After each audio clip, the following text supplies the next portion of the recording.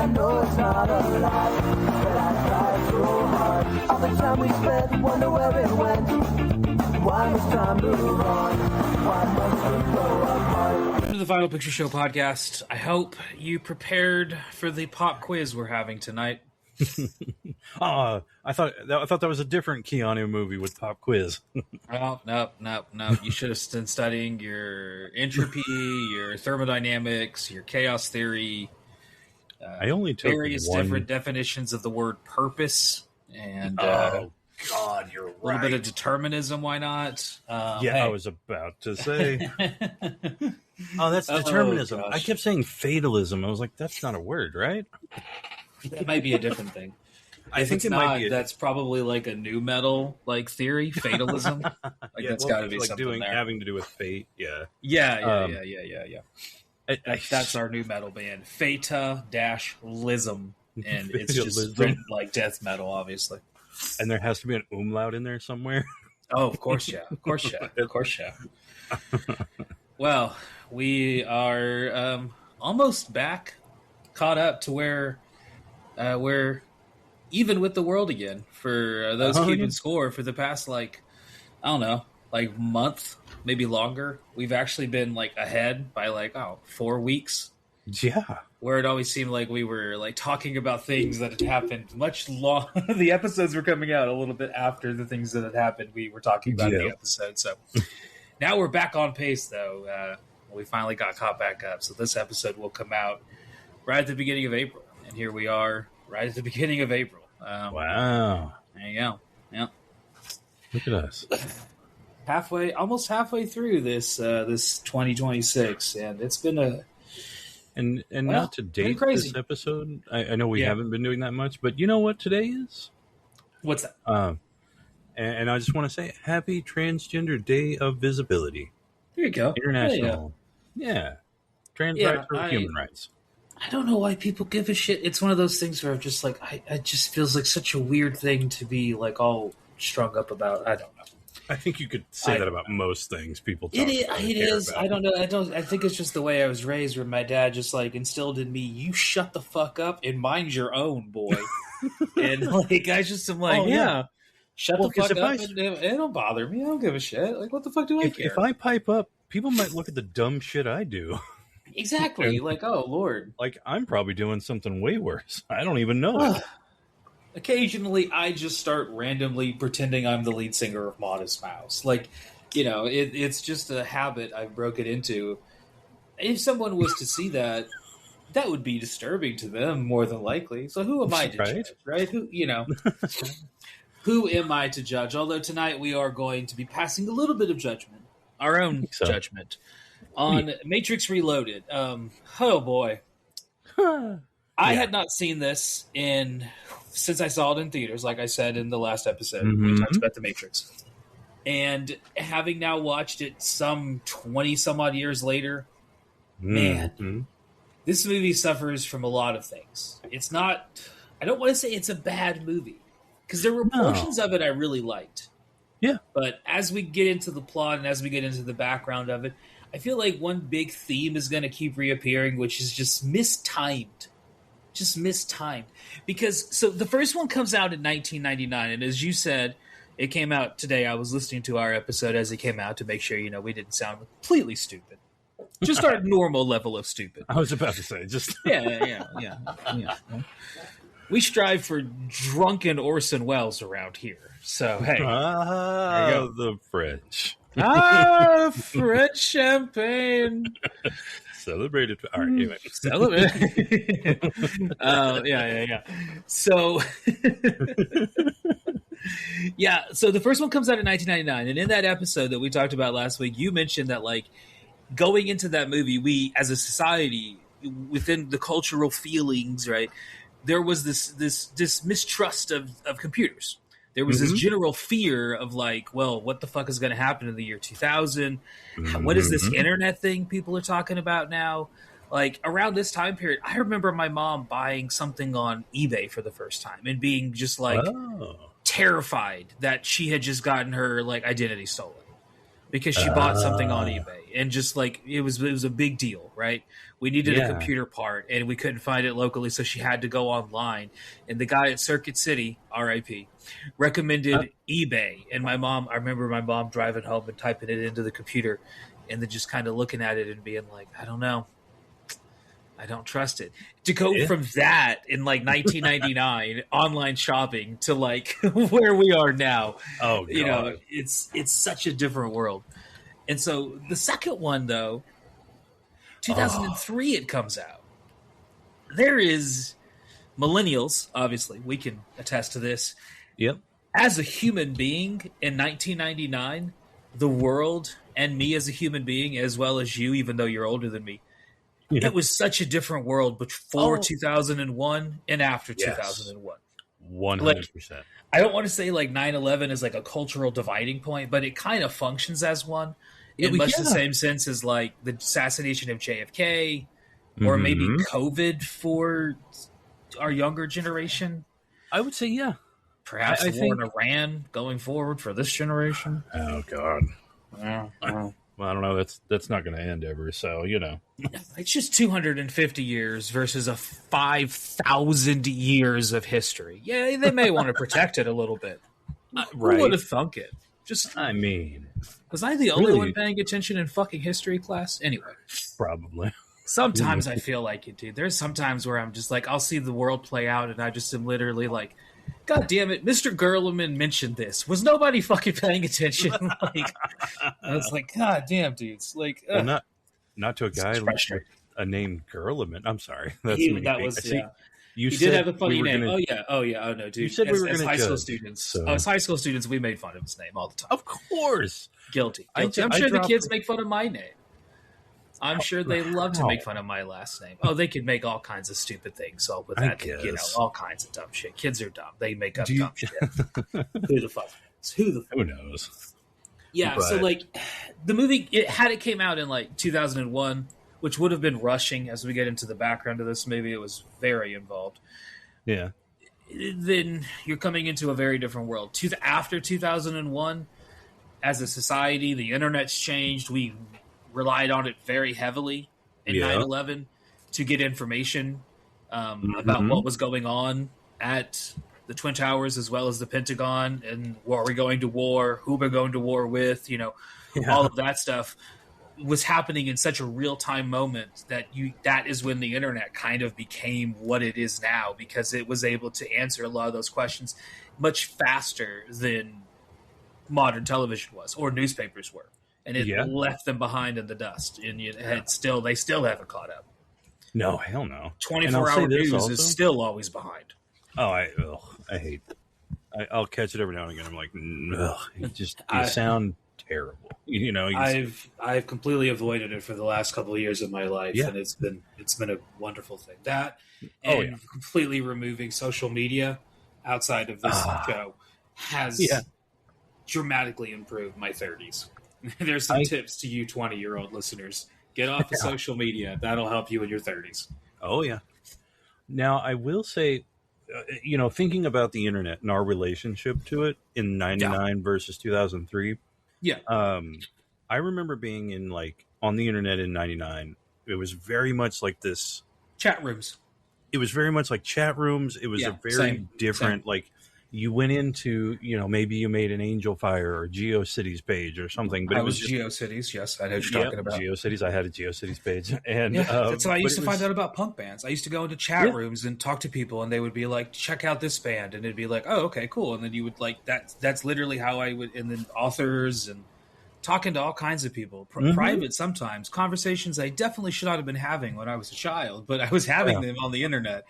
And there weren't really a lot of there weren't even really a lot of really well-developed websites. It was a lot of if you want to look at it, go to fucking Wayback Pages, or I think GeoCities might still have some kind of archive that looks that's kind of what it looked like.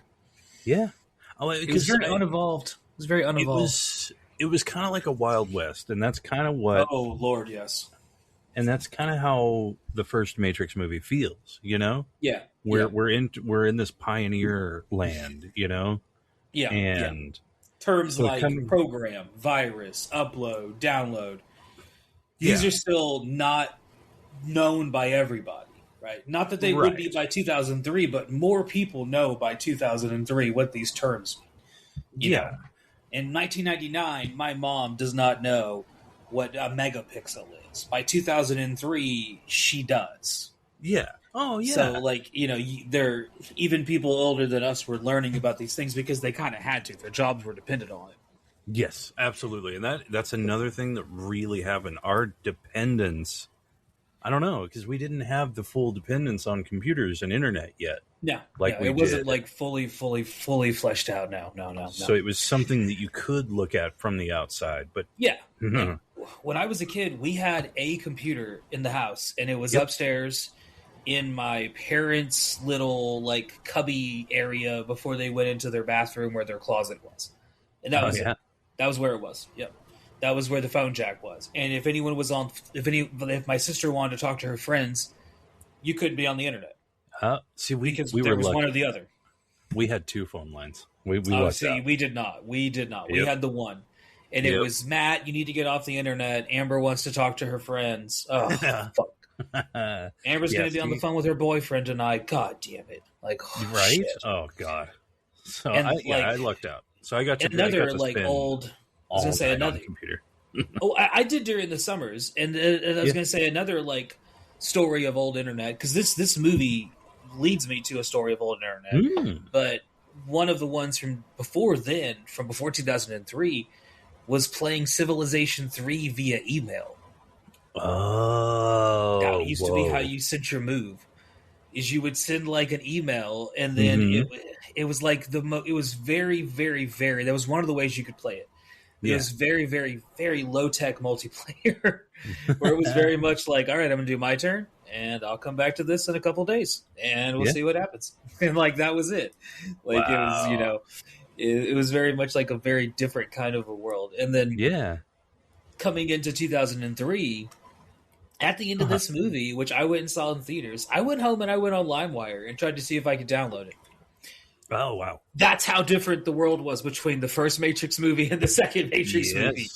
100%. It was like it was such a different world. It was just like, oh shit, I wonder if I can download it. Because it immediately set up like there's a third one, and everyone knew like it's going to be out in a couple of months. And I was like, well, if it's out in a couple of months, then they've definitely finished it. Yeah. Maybe we should find it online. I never did. I couldn't. No. Probably downloaded a couple viruses, but hey. Probably. Lord. Yeah. Those listening who have no idea what the hell LimeWire is, you should Google it on YouTube. And those are some more old terms that make me sound old. Look it up on the internet, youngin', and you'll find Ask what Jeeves the world. It. Yeah. Go to Ask Jeeves. Put it in your MySpace top 5. Oh God. And don't cause any drama with that move. Yeah. So I think that's one of the things that this movie suffers from is just poor timing. The other thing I think this movie suffers from is, as Family Guy kind of once said, it insists upon itself. I think this movie is a perfect example of a movie that insists upon itself. I'm with this that. Movie believes it is important and smart, and because it believes it, it presents itself as so. And so people accept it, but it's not all that. I'm not going to say it's not intelligent. It doesn't get into some cool concepts. It does, certainly. Yeah. But it's not as important as it thinks it is. I was going to say there are some cool, like you were saying, there's some scenes in here that are like, there's some cool shit. Yeah. There's some cool shit. Yeah, definitely. But in between that cool shit is a lot of stuff about just nonsense that goes absolutely nowhere. It uses a lot of just word gibberish, as we'll talk about, because one of the lines in this movie has gone down in history as one of the worst lines ever written in any mainstream movie ever. Ooh, I don't know if I remember which one. Damn it, do I agree. It involved the architect at the end. Oh, okay. With his fucking goddamn run-on sentences. That fucking guy. Attributing to goddamn nothing. Oh, God. What I will say I understood it better. Yeah, absolutely. I understood it definitely better now than as a 16-year-old, 17-year-old when I watched it the first time. Yeah, dude. Then when I watched it, I was just like, these are cool words. I have no idea what the fuck he's talking about. Yeah, no, totally lost on me. You know, and I was a little older, but now when I watch it, I'm like, okay, so you're talking about entropy, you're talking about systems morphing around the idea of entropy in the system to create a perfect system, but that in and of itself is a paradox because a perfect system would be a utopia, which doesn't exist. So, and I'm like, okay, now I get exactly what they're talking about now. But as a 16-year-old, no, I didn't know what he was. I was just like, this old man is using a lot of words that I don't know. Yeah. Oh no, I was so lost when I first watched this movie. I was like, no clue.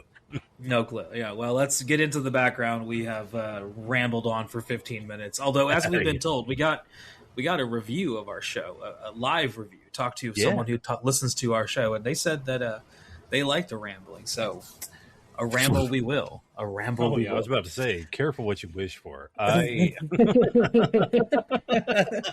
let's get into the directors because I got something to ramble about because this somehow tied into my real life. Ooh. Yeah, we talked about them last week. Same, Lana and Lily Wachowski, the Wachowski sisters. They are from Chicago. Did not know that. And they were graduates of Whitney Young High School, classes of 83 and 85, which is interesting because I recently picked up on DVD a copy of the HBO movie from the early 2000s, late 90s called Cheaters, which is about basically like a low-income high school that enters into an academic decathlon and successfully beats one of the largest funded schools in Chicago in the academic decathlon. And they did it while cheating, or so they say. But I remember that. Yeah. It's a good movie. I don't think it's streaming anywhere, but it's a really, really good movie. Interesting. The thing that it connects to is the high school that lost in that competition was Whitney Young High School in Chicago. So I thought that was funny. Like I was in the middle of doing research for this, and as we were doing that, I was watching that movie on the TV, and then I was just like, literally, I was like, because I heard Whitney Young, in the background, and then I'm doing research, and I see Whitney Young on my computer, and I'm like, wait a minute. And I literally had to like refresh the screen to be like, did I like accidentally click something that took me to like the background of Cheaters? Like, what did I do here? Like, is this So I had to double check it. But no, that they did go to the high school that would eventually be in the movie Cheaters, which is a very good movie. I love that movie. It's very well done. Jenna Malone. Jenna Malone is one of those millennial icons that I don't know what the hell Jenna Malone is doing nowadays, but man, she was in so many good movies back in the day. Yes. Yeah, another one of those that was just like, she was kind of like Lily Sobieski. Like if you saw her in a movie, it was like, okay, this is going to be pretty good. Yes. Huge crushes for me at the time too. Like my teenage years, for sure. Yeah. Exactly, yeah. Perfect description, yeah. Yeah. So a little bit more about the Wachowski sisters. They got into comics around 1993, so not that long after being high school graduates in 85. Yeah. Some of the first comic books they were responsible for getting and writing were Ecto Kid and Hellraiser. Oh.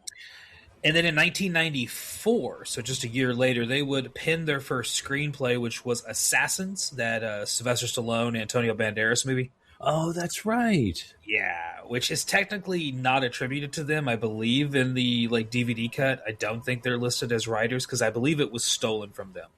Oh, is how it went. But I think they got paid for it at least. Oh, okay. Because they kind of used that to get their foot in the door to lead to Bound like a couple years later, which then leads to The Matrix, which then here we are. So solid. Yeah. Our cast is a lot of the same people. Keanu is back. Carrie is back. Lawrence is back. So the whole crew. A couple departures worth noting. Tank has said goodbye. He is replaced by a completely different character here. And one of the reasons that Tank is gone is money. So he wanted... Oh, let me see. I wrote down the figure. Tank wanted $1 million. They said no. And that led to a lot of drama. Yeah. His first paycheck in the first movie was nowhere near $1 million. In fact, $100,000, which is what I believe they offered him for this one, would have more than doubled his first paycheck. Whoa. But I believe because he was one of the last characters alive in the first one, and maybe he thought he was more important than he was, like they can't cast me. It's Keanu, Carrie, Morpheus, and Tank. And then the Wachowskis were like, we got 3 of you. We don't need that Tank dude. So he's gone. And that would lead to a lot of drama, literally involving a lot of lawsuits. And he said, she said, they said, so on and so forth with everybody involving the actor, the studio, the producers, the directors, so on and so forth. They would end up in courts for a little while. So we do have some new cast coming along, though. Playing Persephone is Monica Bellucci, who would obviously be in Dracula in 1992 with Keanu. Oh. Would be in Passion of the Christ around the same time as this movie. Oh, okay. I forgot about that movie. Mm-hmm. Yeah. A different kind of apocalyptic movie. An apocalyptic snuff film. Yeah. And then a movie that Monica Bellucci is in that we have talked about a few times now is Brotherhood of the Wolf. Yes. Yeah. Another one of those movies that if you have not seen, both of us tremendously suggest Brotherhood of the Wolf. Definitely. Even if you hate it, you'll remember it. Oh, totally. Which is I think that's worth admission alone, especially because it's probably streaming on Tubi, I think. Probably. I could be wrong. On there. I'm not sure. Monica Bellucci has also been in some of the James Bond movies. She was in Spectre as well as Beetlejuice 2. Yeah, I remember. Yeah, Beetlejuice 2 sucked. Yeah, I hated that. Yeah. It was really, really bad. It was really, really bad. It has replaced Planet of the Apes as Tim Burton's worst movie. So there you go. Yeah, it did something. It did something. There you go. Speaking of doing something, Jada Pinkett Smith. I don't know if we're allowed to talk about her without one of us getting slapped. So we'll just move on. I will say that I did see her heavy metal band once in concert, and they sucked. I did not know that was a thing. Oh yeah, she has a heavy metal band. I forget their name. It's like Wicked Wisdom, I think. Is that what it is? Oh, hold on a second. Pause. Let's swerve and park the car. This is one of those rabbit holes. Yeah, I got to look this up. What was the name of that band? Because I went to see Jägermeister Summer Music Tour. Sorry, my mouse is just being fucking stupid. It's one of those like weighted mice that I have to like. When my wife uses it, she likes it to be very heavy, and I like it to be very light. And so I'm trying to fix it. There it goes. Perfect. Yeah. Okay, Jada Pinkett Smith. Yeah, so I went to this Jägermeister Music Festival, and I believe that was where I saw her band at. If it wasn't there, it was something else. I don't remember why or where I was, but somewhere in my life, I believe I saw her heavy metal band, and I'm trying to figure out their name. It is Wicked Wisdom. Yes, sir, I was right. They formed in 2002, so right before this. I'm having a hard time thinking of a worse name for a band. Oh, they are one of the worst heavy metal bands I've ever seen. And seeing them live was even beyond words bad.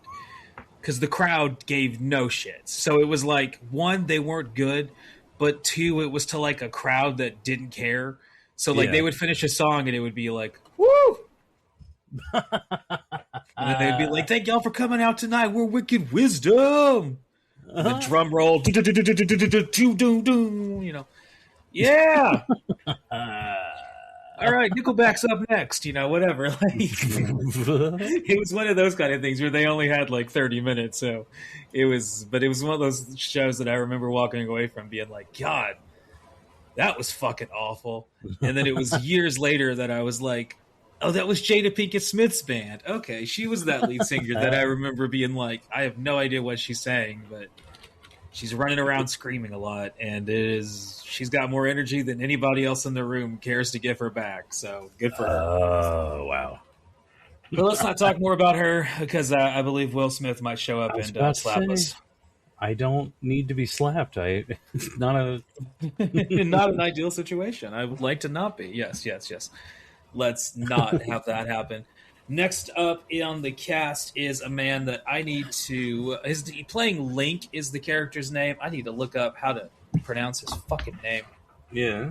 And my goddamn mouse is being a piece of shit today. Speaking of Will Smith and Jada Pinkett Smith, he passed on the first movie, and she went for the second one. The third one. But she actually auditioned for the first one as well. Oh. Yes. So, yeah, she actually auditioned for the role of Trinity in the first movie, but they did not obviously cast her. Yeah, no. But she did audition. Let me see. So she definitely did audition.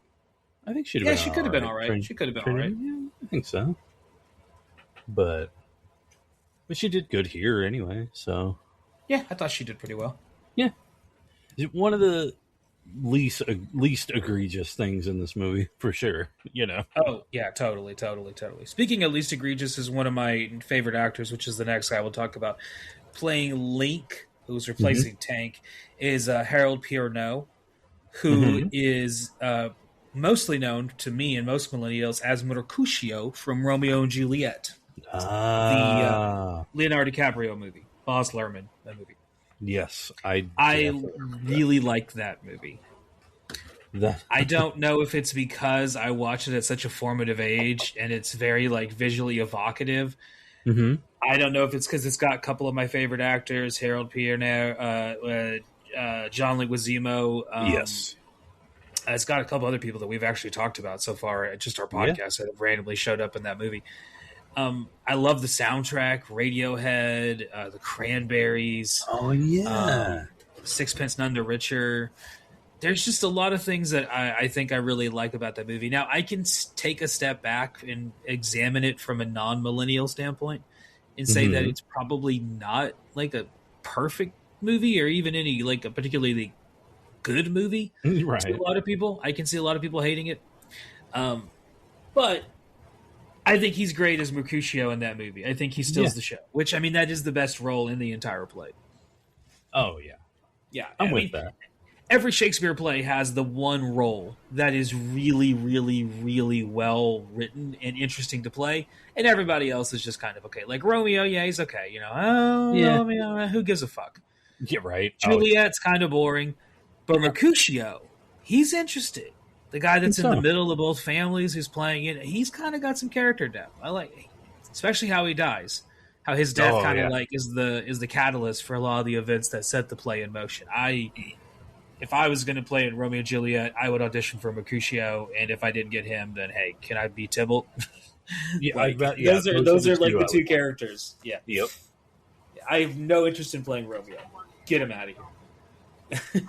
Whenever we had to read it in high school, I was the prince. That's the role I got stuck with. Oh, really? Yeah, he doesn't talk a whole lot. So I remember the whole time being kind of bummed because I was I can, because high school kid, it's similar to my students probably in my class. When you're listening to other people read, you're just kind of God, hurry the fuck up. Yeah, right. Or you read so boring, you're not putting any accent, you're not putting any flavor in it. God, Romeo, wherefore art thou, Romeo? That, oh God, I remember that being me. I don't know why I do that. I feel like I do better now because I have to read a lot of things at work to people. So hopefully I've got some humanity in my voice now. Yeah, I don't think, I never really think of it too bad for kids just because it's usually the fresh read. They've never read it before. So how would they know what tone the author is going for? That doesn't come until you read a couple of times, Well, and for me personally, when it comes to Shakespeare, since we've gone down this rabbit hole, I never reading it. I kind of got an understanding of it, but it never really clicked for me until I actually saw it on screen, someone performing it, and then I was like, "Oh, okay, I see." Makes sense. Yeah, because the inflection, the intention is really brought out, and I'm like, okay, now I get it. So yeah, I can see that. Yeah. So he's great in that movie. He's also in a few other things: Oz, the TV show; Smoke, which is another really great movie; Lost, the TV show as well. Oh yeah, and he did show up in a movie we already talked about, 28 Weeks Later. So there you go. Oh, yep, got appearing in a bunch of stuff. Next up is Ghost, which is played by Anthony Wong, who has been in Godzilla Cross Kong, as well as Flight of the Phoenix, movies that I have never seen. So, I was about to say the same thing. Yeah. Playing the Keymaster here is Ronald Dunn Kim, who has been in Thin Red Line, Replacement Killers, as well as John Wick 1 and 3. And he was one of the primary roles in another series that I have never seen, which is Kung Fu Panda. Oh.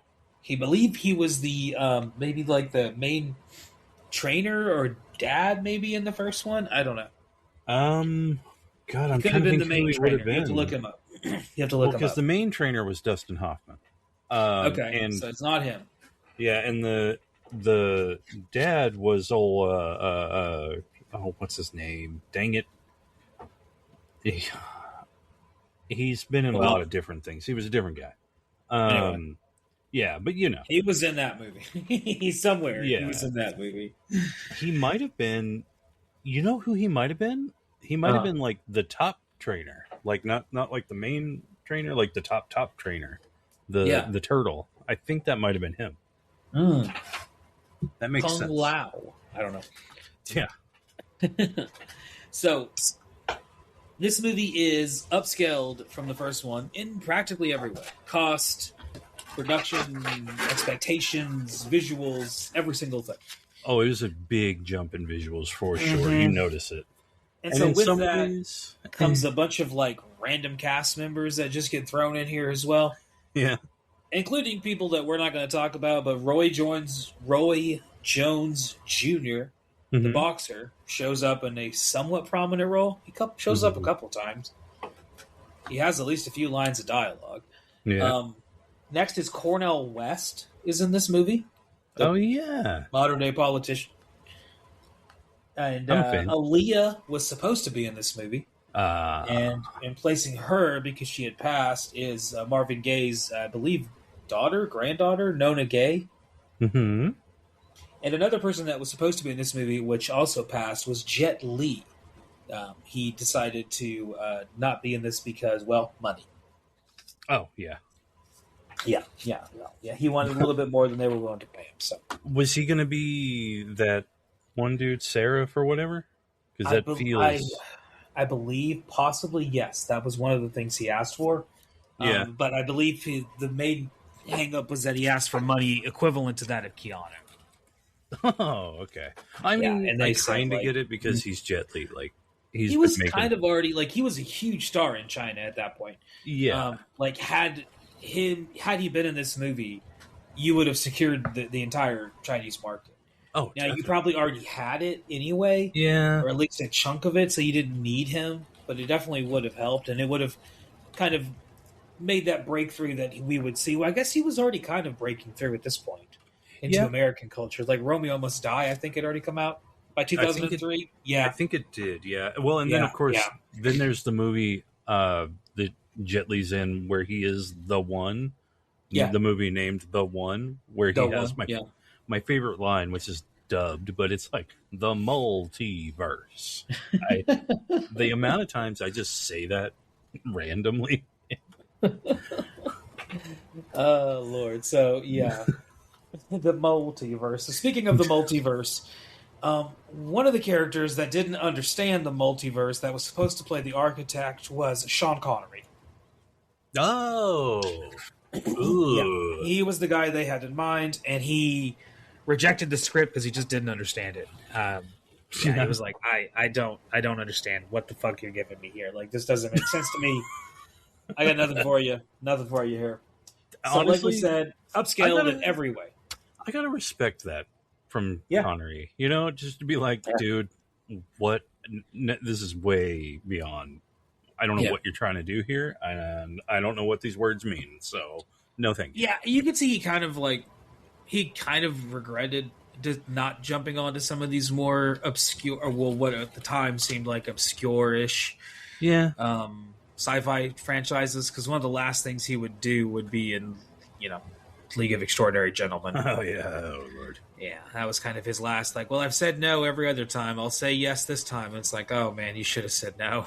Yeah, the one. This is the one God. You should have said no. Like, you said yes to the one you should have said no to. Well, he already said yes to the best sci-fi movie he could have been in. And, of course, I'm talking about Zardoz. And... I was going to say, Highlander 2? Oh, God. Yeah. So more about let's just dive into the background full on now. We've talked a little bit about some casting choices that didn't get cast, obviously. Yep. Here's a little bit more about the background. And once again, we'll return to that theme of trying to upscale in every way, including expectations. Because the first movie was such a tremendous success that immediately this movie is like, okay, well, now you have to top that. And it's a hard thing to do in the world of sci-fi. It's only happened a couple times where the follow-up is better than the first one. I'm having a hard time even thinking. Well, Empire is better than New Hope. Okay, that's a good point. You got me. Yeah. And now some people, including one of my best friends, will disagree. But, hey. It's okay to be wrong. I think Empire is way better than A New Hope. Yeah, way better. And you it's also don't have. One. I think the best part is you don't have Luke going like, "But I wanted to go to Tashi Station to look at to buy power converters." I forgot the line. But what a whiny little fuck. Anyway, that's true. Well, all these things are true. Now, if you include the Star Trek series, which they're not necessarily like directly like one after the other. Well, I guess some of them are. Yeah. There's some of those also, like the first one is not the best of the Star Trek series. Wrath of Khan is way better. Oh, yeah. Well, here's the thing, and I think this is a pretty well-established thing in the Trek fan base world or whatever, is like the every odd numbers are... Yeah, it's like the odd numbers are terrible, and the even numbers are great. So... Yeah, that's how Star Wars is becoming too, honestly. Oh, yeah. Not too far off. They keep fucking making more and more and more of them. I think there's another one coming out this year, too. I've stopped watching them, which is... If I would have, like, if 6-year-old me would have told late 30-year-old me that, like, all of these Star Wars movies are out and all these TV shows in the Star Wars universe are out, and you haven't watched a single one of them, and you never will. 6-year-old me would be like, what? Yeah, right? Oh, yeah. Like, I don't give a shit, man. I'm out. I'm out. Yeah, I watched... I'll catch back up one day, maybe. I don't know. Maybe. I haven't even gone back. Like, the one that I really liked was Andor, and I haven't even gone back to the second season yet. Like, I need a break, I think. It's kind of like how I did with, like, zombie movies and vampire stuff. My break happened with the Star Wars movies when Han died. Spoiler, if you haven't got that. If your dad's listening and he hasn't gotten there yet, he's going to be very perplexed in the order he's watching them. He is definitely not listening. He's going to be like, what? Yeah, Han dying. Because the moment the fucking, like, scene starts, I immediately, in the movie theater, I turned to the girl I was dating at the time and was like, he's dying. Yeah. And then in my mind, I was like, now, are they actually going to do it? And then they did it, and I was like, God damn it. Well, I had a different That was the only reason I wanted to watch it. Is because yeah. Well, I had a very different thought when that scene happened, and I definitely called it like you did too. Yeah. The writing's on the fucking wall. Oh, absolutely. As soon as he goes back, you're like, oh, he's dead. Yeah. Yep. But here's what I thought was like, oh, Harrison got what he wanted. Yeah. He got out of it, which is true. He got out of it. That's what he wanted. I could tell. I was like, I just think there's a lot of other ways you could have done it. There's just so many other ways. Oh, there's so many ways. Same thing with the Luke's death in the next one. And, Oh god, no! You could take that thought and expand it to the entire 6, 7, 8, or 7, 8, 9. They're all like inadequate in so many ways. When 7 is the best one, and it's basically just A New Hope told again. Yeah, and A New Hope is kind of not the greatest, and you're like, oh, so the best of this one is just the same movie. It's like, all right, well, shit. Yeah, we're not looking for much here. But well, back onto the Matrix and away from Star Wars and other such sci-fi wonders. One of the most expensive things that the movie had, which cost $100 million alone, which was the special effects budget, which was already more than the first movie cost in just special effects.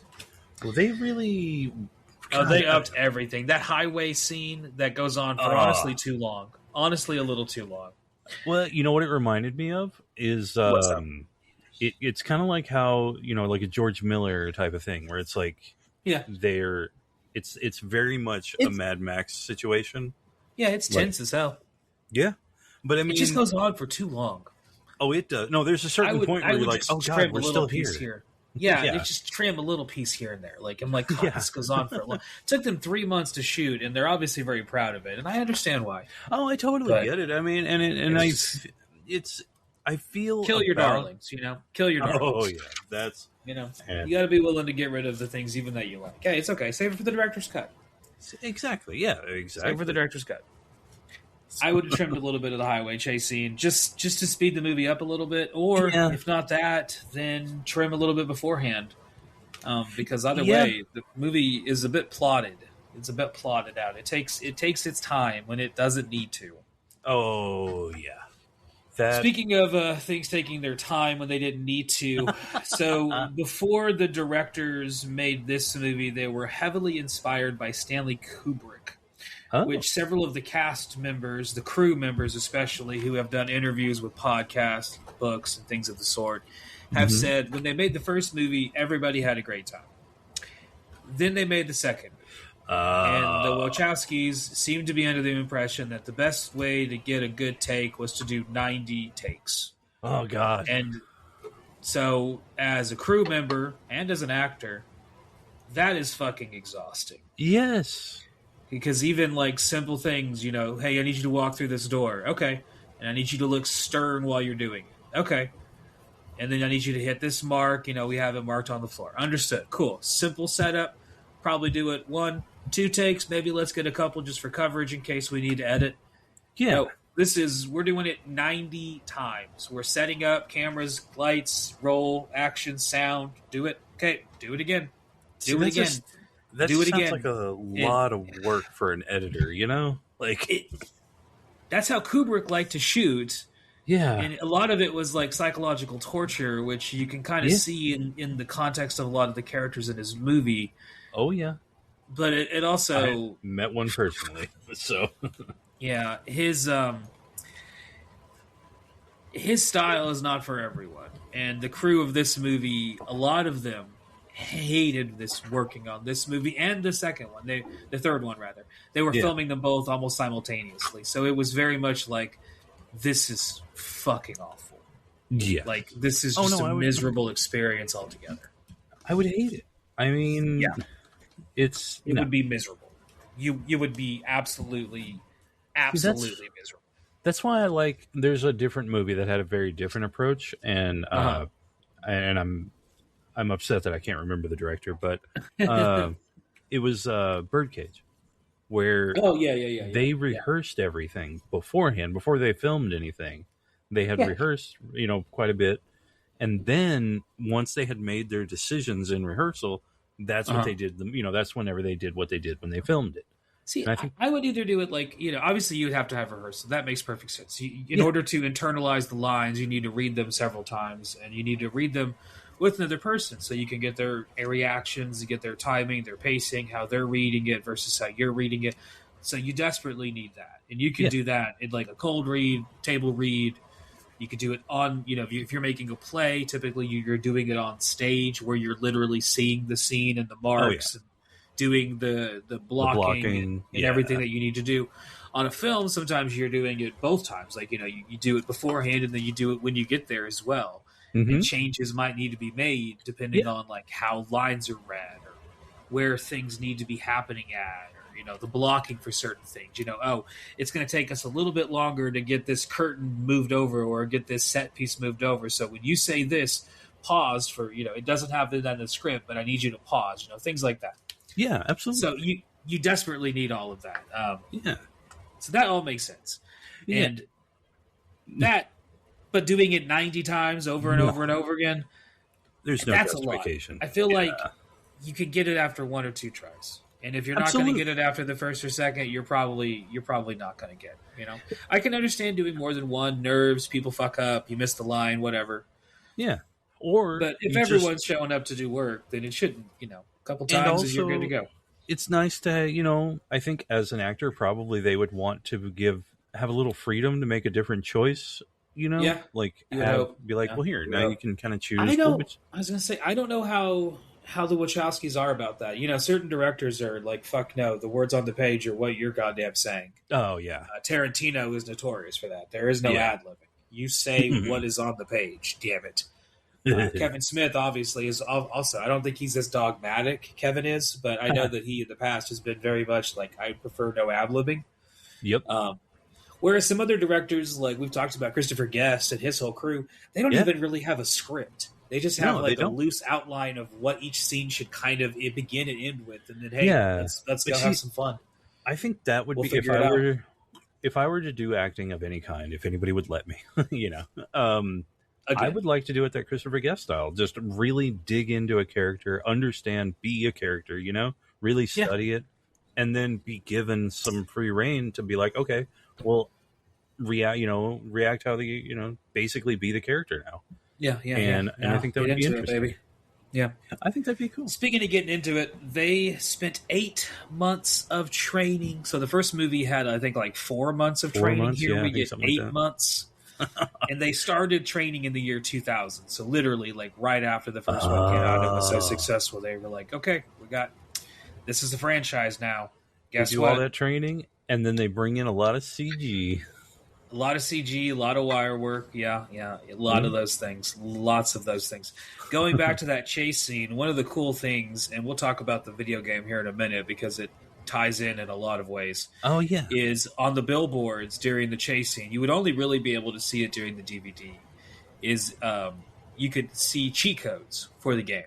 Oh, on the billboards that are passing by as the I don't know how in theaters you would have seen that. No. You would have had to been had photographic visual memory kind of a thing. Really? Because it goes by very, very fast. And then you'd have to write it down, but I'm sure some kid did. Oh, I'm sure. If you're listening and you did that, hey, good on you. Leave us a comment so we can applaud you. Because that's seriously. Amazing. That's impressive. We'll talk more about the video game here in a minute. So originally, as we mentioned at the beginning, the second and third movie came out months apart. Originally, they were supposed to come out weeks apart, which I understand why the studio said no.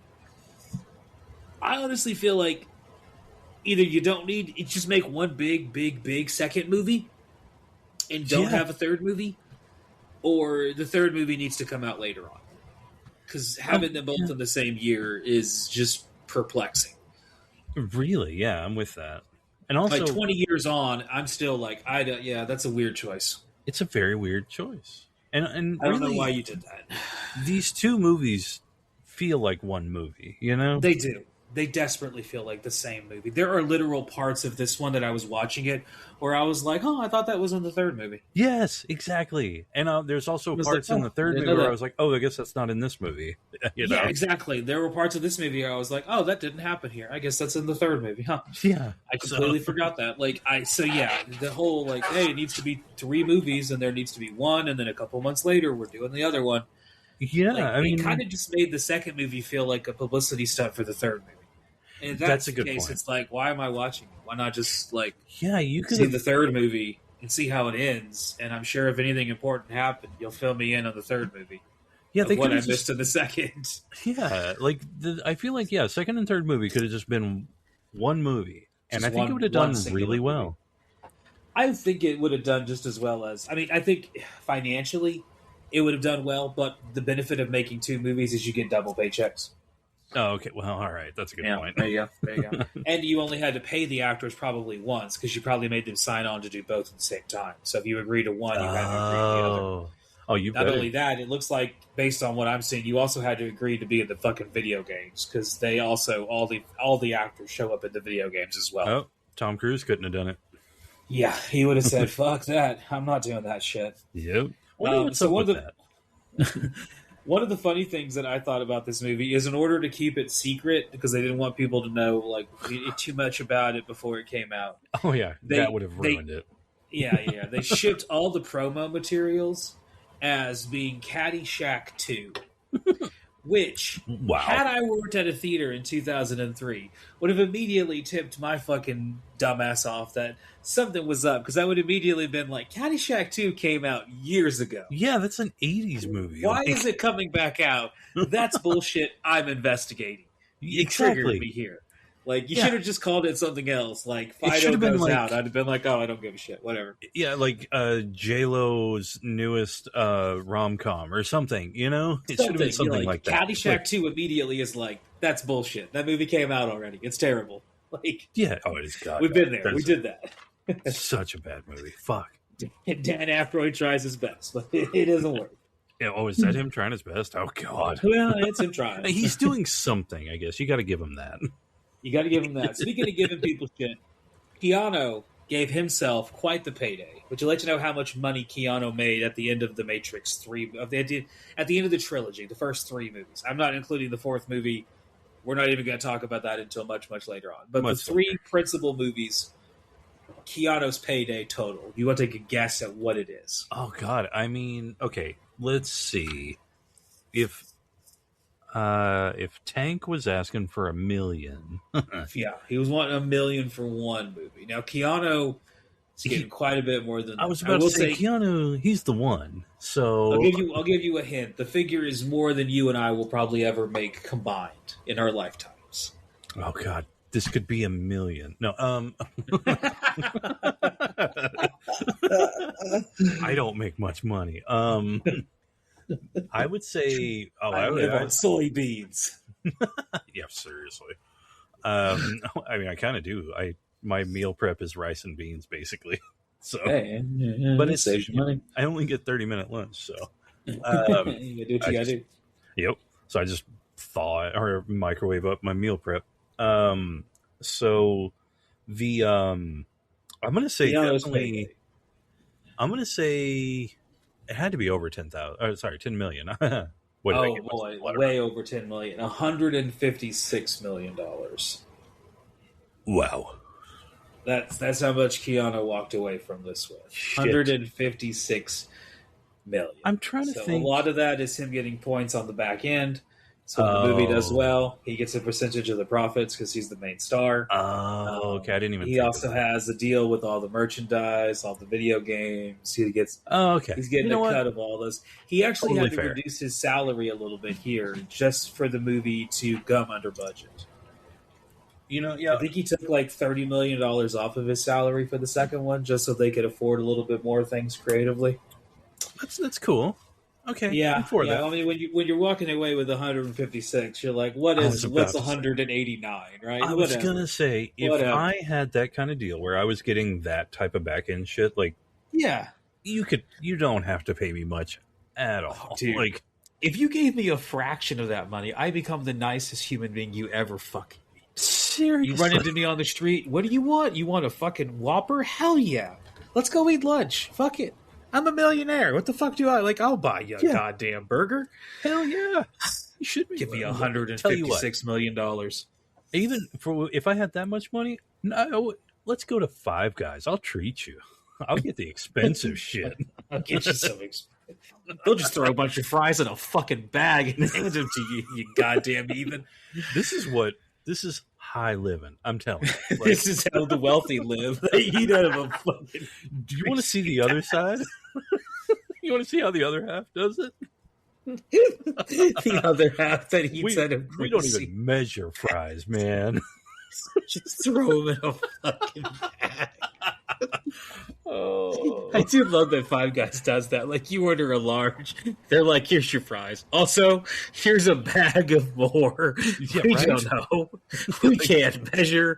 Fuck you. We fucking hate potatoes. Get this shit out of here. Push the fish. It's about to turn. Like, let's just get this out of here. How much potatoes you want? Keep them coming. Them shits are green. We got to cook them. Oh, God. Oh, Lord. This movie, according to mainstreammovies.com and Total Film Magazine, this has the worst line ever uttered in any mainstream film ever. and it's by the architect at the end of the movie when he says to Neo, "Your life is the sum of a remainder of an unbalanced equation inherent to the programming of the Matrix." Oh God. Which, yes, that is one of the worst lines you could ever write. That makes me feel like the Wachowskis are very much like, nope, we wrote it, you got to say it. Because if I read that, I would be like, can we get another draft of this? Like, I'm having a problem here. Can we bring in a translator? Like, can I say this to where other people can understand it? It reminds me of that Orson Welles interview where he's just being a dick to the interviewer. In the interview, I think it's an interviewer, or it could be a person recording him for a Campbell Soup commercial or whatever.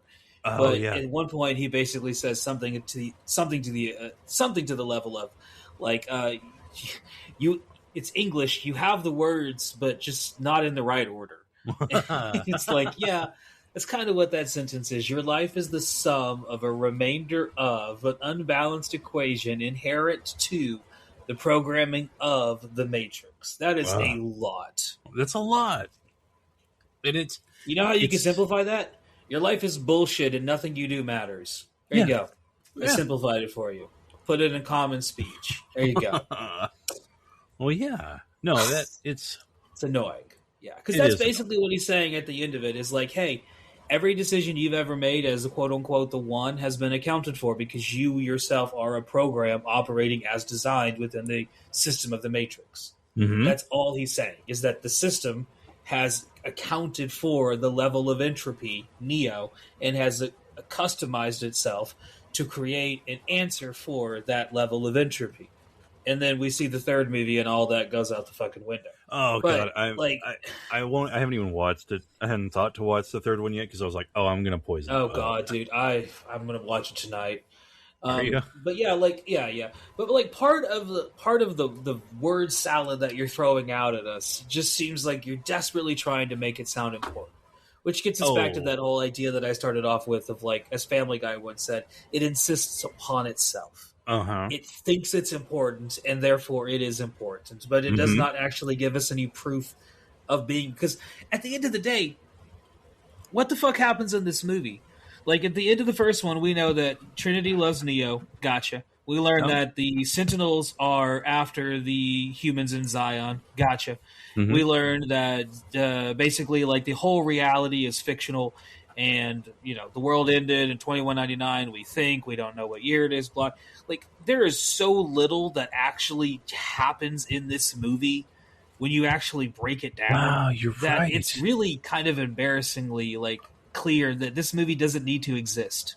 Yeah, no, it really doesn't. It is basically an advertisement for the third movie. This could have just been a 20-minute intro. You could have just filmed the 3 really cool fight scenes and then like the fucking traffic scene and just made it into like a short and just called it like, I don't know, Matrix 2 Electric Fuckaloo. Yeah. Like, I don't know, something. Yeah.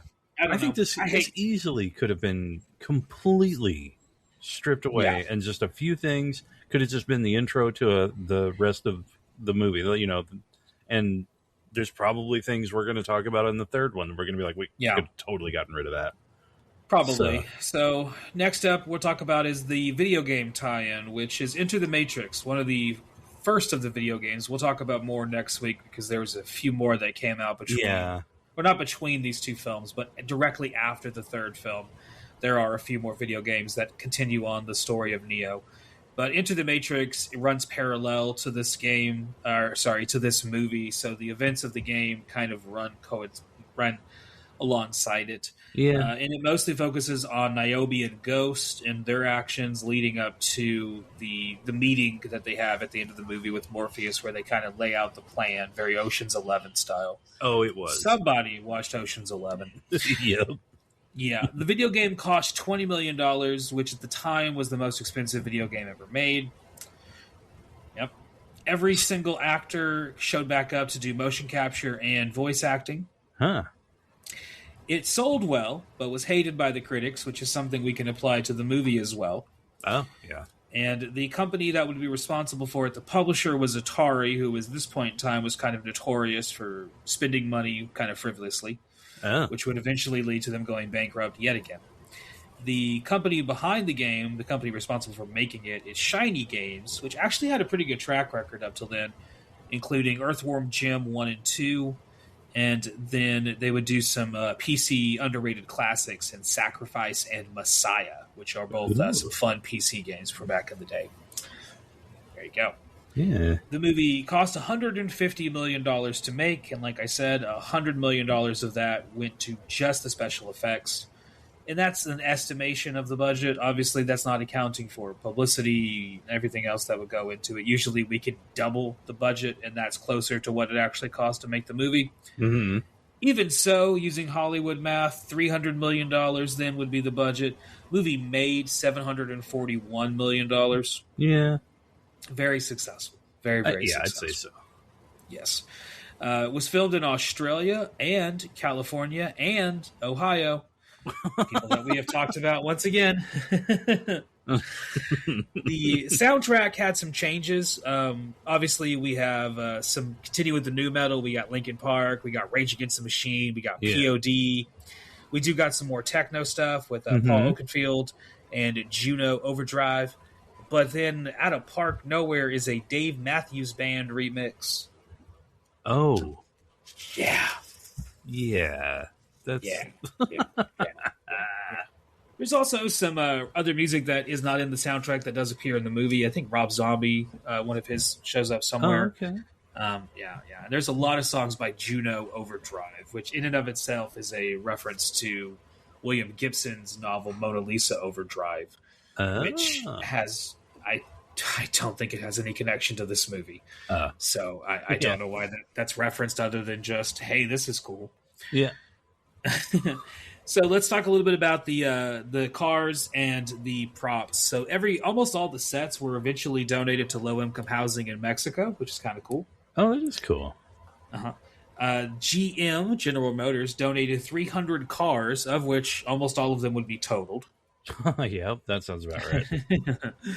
And the film would be nominated for a Razzie for Worst Director, which that year would go to Martin Best for Geely. Oh, yeah. Well, yes. Can't agree. It's a worse movie than this. Yes. Oh, yeah. So, yeah. So the movie came out on May 15th, 2003. Let's talk about the Travis trivia, what was happening in the world that day. Here's some trivia of what was going on May 15th, 2003, when I was in the movie theaters watching this movie, because it was definitely one that we went and saw in theaters. Yeah. We had just learned as a society that the world oceans are probably irrevocably fucked and not getting unfucked anytime soon. Those are my words, not the scientists. But as a man who frequents scientific locations, I like to think of myself as a scientist, and I'll take credit for that quote. World's oceans are fucked and not getting unfucked. You don't want to say that the oceans are a sum of the remainder of the... Yeah, some of the remainder of the barnacles, of the children, of the... I'm like, okay, yeah, I get it. Somebody likes run-ons. The big discussion at the time in the U.S. Senate was taxes on the middle class. In China, they were dealing with the outbreak of the SARS virus. SARS virus. Here's what was in the charts. A mixed bag of stuff. Number one song in the world was Sean Paul, I Get Busy. I do not remember that song. I do remember Sean Paul. Definitely remember Sean Paul. Don't know that song. Do not remember I Get Busy. I have to listen to it again. Yeah. A song I do remember, which was the number 2 song in the chart by a man that has publicly not aged very well. That is R. Kelly with Ignition. Oh, okay. I definitely remember the song. Oh, yeah. It's the remix of Ignition, hopping fresh out the kitchen. Oh, yeah. Oh, yeah. I remember that. I remember Ignition quite a bit. Quite a bit. Another song that I remember quite a bit by another guy who's been in the news recently for less than stellar things is Rock Your Body by Justin Timberlake. Oh. Yeah, there you go. I'm a big JT fan, so... Yep. Well, even though he's, a little loose with his drunk driving shit now, apparently. Not cool, bro. You can afford an Uber, dude. Just do it. Yeah, you could afford an Uber, bro. Right. And first of all, okay, if we talked earlier about if we had like all that kind of fuck you money like that. Mm-hmm. I wouldn't drive myself anywhere. Oh, no. I'd be a permanent Miss Daisy passenger. Instantly. Absolutely. Oh, you're driving me. That's all there is to it. I would get a bell, and I would be such a prick. I'd be like, Mon frere? Hell yes. 100%. So, that's my one thing I would be kind of a dick about. Oh, yeah, totally. Next couple of people we're going to talk about are, once again, kind of following in the tradition of R. Kelly and Justin Timberlake as being like less than stellar, kind of contextual in 2026 times. But next big rock songs at the time, there were 3 of them. One was Like a Stone by Audioslave, which was a pretty decent little band, a weird idea, Soundgarden mixed with Rage. Yeah. Way more like Soundgarden than like Rage, but I love Chris Cornell's voice, and so Absolutely. It kind of works with whatever you put it with, and it worked with Audioslave. I think so. Yeah. I had an Audioslave T-shirt back in the day. Nice. Yeah, I was that kid. Yeah. Next big rock song was When I'm Gone by 3 Doors Down. It's again another one of those lead singers that's been in the news recently, as I believe he just recently passed. He did. Yeah, which is unfortunate. I wasn't a big 3 Doors Down fan, but as a kid growing up in the 90s and the 2000s, you definitely heard a bunch of their songs, and they were fine, They were fine. For being like mid-tier kind of rock stuff you hear on the radio, that was, it was fine. It wasn't like, turn it off. It was fine. It was fine. It was better than Saliva. It was better than Nickelback. Yes. Better than Shinedown. Going for it. Hey. If I can make a list off the top of my head of 4 bands that your similar sounding band is better than, hey, you got that going for you. You're better than Chevelle. God damn. Oh, God. Send the pain below my ass. The next and the last, I think, the last thing that we'll talk actually might be about child abuse. Oh, Jesus Christ. Okay. The only people on the internet laughing about child abuse. Oh, God. Contextual child abuse. Contextual child abuse is fine. Last song that we'll talk about is Swing Swing by the All American Rejects. Oh, okay. That is a band who I love the ethos of, like them showing up in people's backyards and playing concerts and stuff like that. Yeah. And, like having all that kind of like very like indie spirit. I think that's great. I don't like their music at all. I'm with you on that. I just find it to be like kind of boring and not all that interesting. But it's cool that they do the things they do for the people that like them. So there you go. There you go. Speaking of doing the things they do for people that like them, we're going to take a little break and come back and talk about the plot of Matrix Reloaded. See y'all in a second. Guys and ghouls, next week we will be back to talk about the 3rd movie in the Matrix. Well, at the time was a trilogy, and now is obviously expanded outward and upward. We're going to talk about Matrix Revolutions, or Matrix Revelations, or Matrix whatever the fuck they decided to call it. Matrix 3, that's what we're talking about next week. Come back and see us. Bye.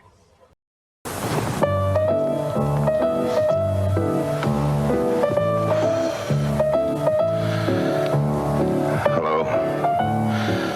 I'm Orson Welles. I direct films and act in them. What we're always trying for, of course, is perfection.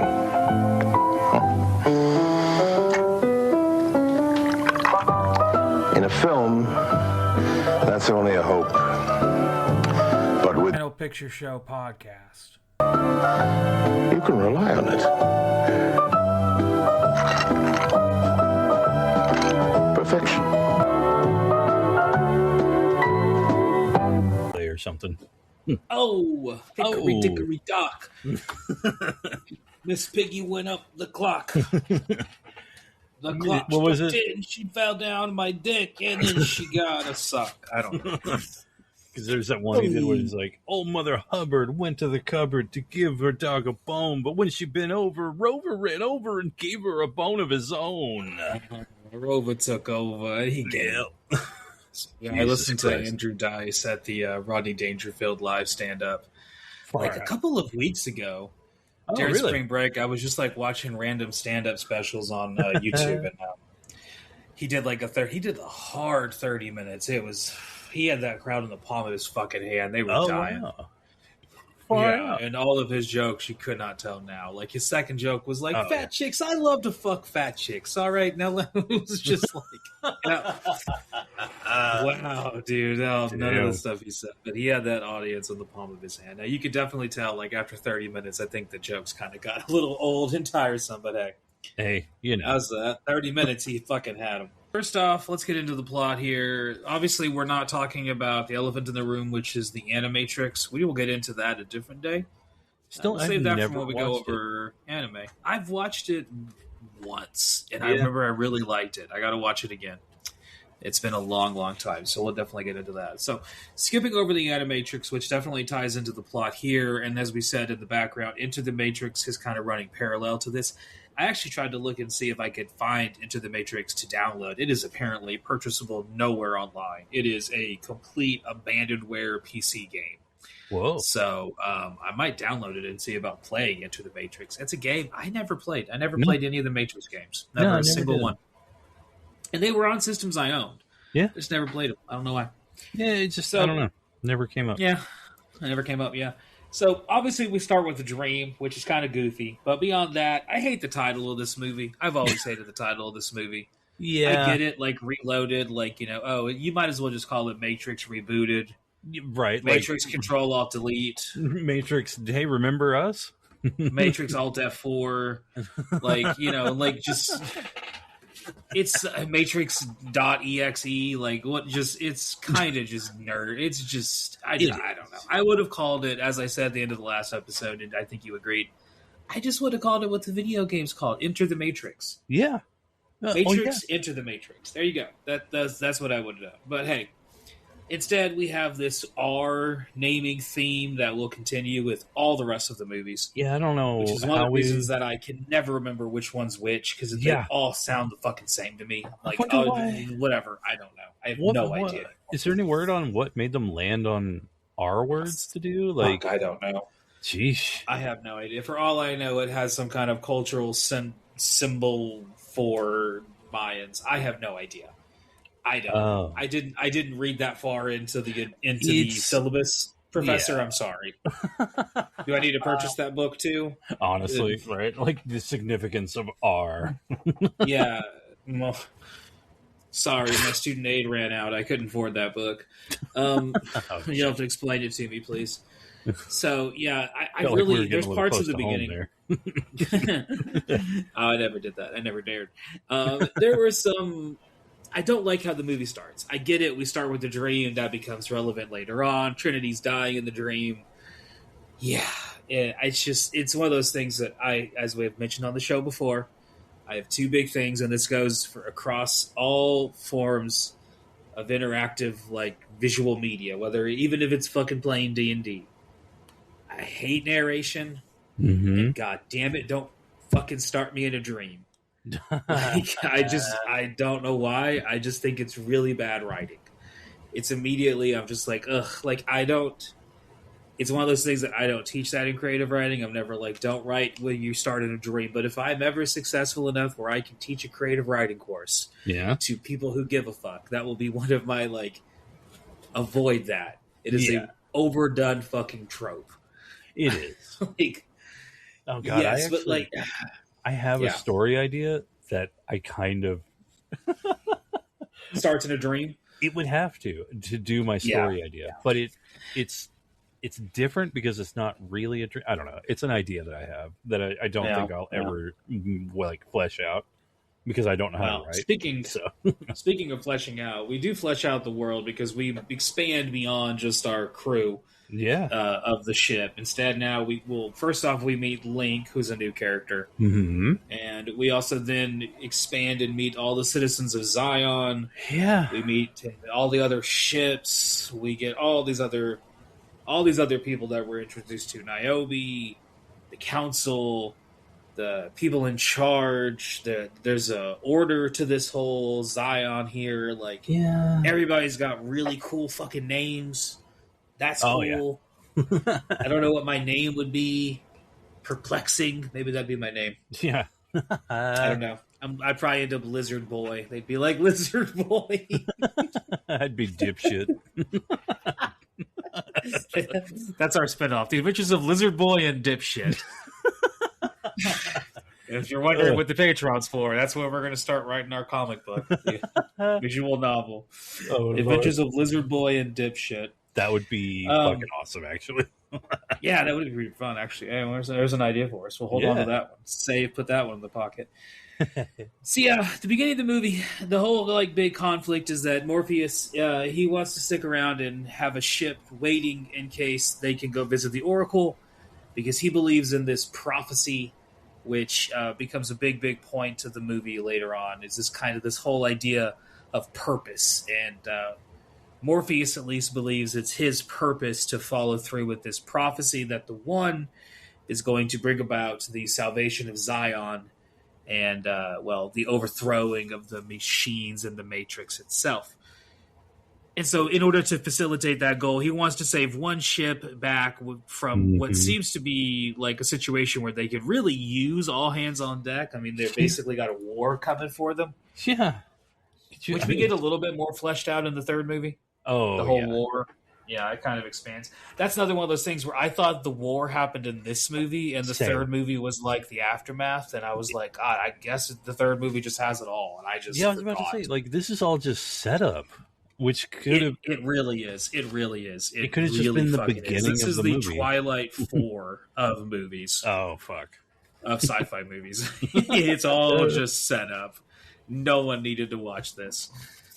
So the next big development is we get into the Matrix once they cave in and let Morpheus have his ship. And we find out that Agent Smith is back, except now he is basically a virus. Now, they don't call him a virus. No. I don't know why they don't just call him a virus, but he's basically a computer virus. He is infected. He is neither working for the Matrix nor working for the Zion. He's kind of operating for himself, and he's capable of very T-1000 Terminator 2 injecting other people into his basically himself and making a clone almost. Yeah. Now it's really cool. I do think it's cool looking. I understood something this time watching it. Yeah.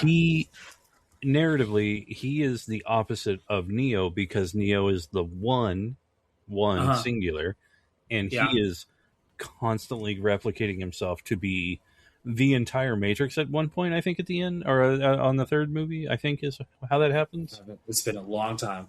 I'm gonna find out tonight. I mean, I don't know if it's the entire, but it's a lot. Like he's almost everyone, basically, you know. Yeah, that makes sense. Yeah, I mean, he Neo is one singular, and Agent Smith is plural. He kind of represents, we are one. But they're both operating sort of. I don't know. It's almost like they're both following their purpose, which is kind of Agent Smith's whole idea. His second fight scene, when he shows back up and mentions purpose, is kind of where he kind of lays out both the theme of the movie, the main theme of the movie, one of the main themes of the movie, as well as kind of sets up what eventually we get to when we get to the end of the movie, which is that, yes, he is kind of like violating this kind of programming, but at the same time, it seems like he's following through with his purpose that existed to begin with. And his death in the first movie is what sets him free of his initial programming, which allows him to now transcend and appear as this new kind of omni figure that exists outside of the Matrix and inside of it, which is kind of what Neo becomes towards the end of it as well, because he figures out at the end of the movie that he can use his powers outside of the Matrix. Yeah, still don't understand that. I'm not going to lie. Because he's... we'll get it. We'll get there. Yeah, we'll get there. So, yeah, also, he can fly now, which is cool. Yeah, real fucking anime. Real anime. Oh, this is the most anime of them all, Let's just call him fucking Ichigo. Well, actually, you know what? This one, I think the third one has an extremely anime fight scene. Oh, yeah. So, This one has some extremely anime fight scenes, too. All of the Agent Smith fight scenes... When Morpheus gets a fucking samurai sword and cuts the car in half, that's anime as fuck. Oh, yeah. There's a lot of things that are anime as fuck. Which are also very cool things about the movie. So they are. That's all the cool shit. This movie does kind of follow through with the idea we talked about in the first one, which is every 25 minutes, something kind of cool happens. Yeah. That still is here. It's just what is in between is a lot more just talk of like nonsense where you're just like, what the fuck are we talking about? Yes. And then you have to really kind of like watch it almost more than once. And then when you do, you're just like, oh, okay. This is not nearly that complicated. Like, this is just, it's a very simple story. Anyway. It is. Yeah. So, we finally get to Zion, and also we have Max in addition to the fucking Neo being able to fly. Yeah. So that's cool. Oh yeah, Max will show up again in the next movie. Oh yeah, we're touching all different kinds of anime. I'm surprised we didn't get like a magical girl or anything. Like the transformation scene. That would have been good. Nobody just randomly fucks for no reason. What the hell? I will say that one scene where everybody's dancing around looks like a lot of people are about to. Oh god, yeah. Oh yeah, they're like half orgy they get into. It was like it was like a Caligula scene. Oh yeah. It nearly got there. Yeah. So tell me if I'm wrong. At the beginning of the movie, whenever the architect, not the architect, when the guy in charge of Zion, I forget his name. Oh, I forgot his name. Whatever the fuck his name is. He has a title. I forgot. The other old It's guy. obviously very important. The old white guy. The other old white guy with the white hair and beard. Yeah, he calls Morpheus into his office. And the entire time I was like, this is straight out of Lethal Weapon. He might as well have just been like, damn it, Morpheus, I want your badge and your gun on my desk. Yep. Because he's like, what are you doing? Cannon. You're disobeying. You're a loose cannon, Morpheus. You got to play by the book. You got to play by the book, boy. What are you doing? Like, what's wrong? Give me your badge. Give me your gun. You're on suspension. Damn it, I like how you do it. You're costing the city a fortune, though.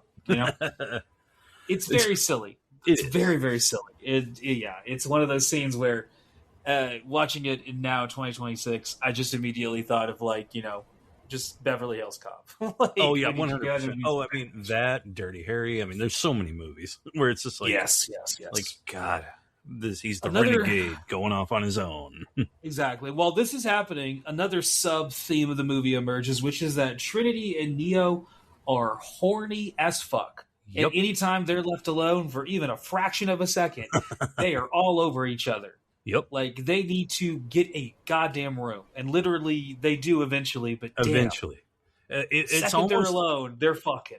It's like, I felt the tension of them needing to get to that room. Like, up until they get there, I'm just like, I felt that tension in the movie. I was like, well, they did that. They put that through. It really reminded me of, like, honestly, just being like a high school teacher now. Whenever they're kissing, I'm just like, get it. I'm just like, go, get out of here. Go. Yeah. Get a room. Go. Like, we don't need to see this. Move on. Trinity, Neo. I didn't even think of that. The elevator closed for a second, kids. Like, what the fuck, God, I didn't know. So that's eventually they end up boning, but hey. Yeah. And then this movie, more than the first one, lays it on real thick that Neo is Superman Jesus. Oh, yes. Like, real thick. He is Superman Jesus. Oh, yeah. Might as well put a goddamn cape on him. I mean, he pretty much has one. Well, yeah. With his jacket in this movie. It is. Might as well have a fucking cape. Honestly, I kind of want one. Yeah, it looks comfortable. It does. Because it's like wool or something. Oh, yeah. No, you'd have to wear it in the cool. Like, on a cool day. Yeah. Like.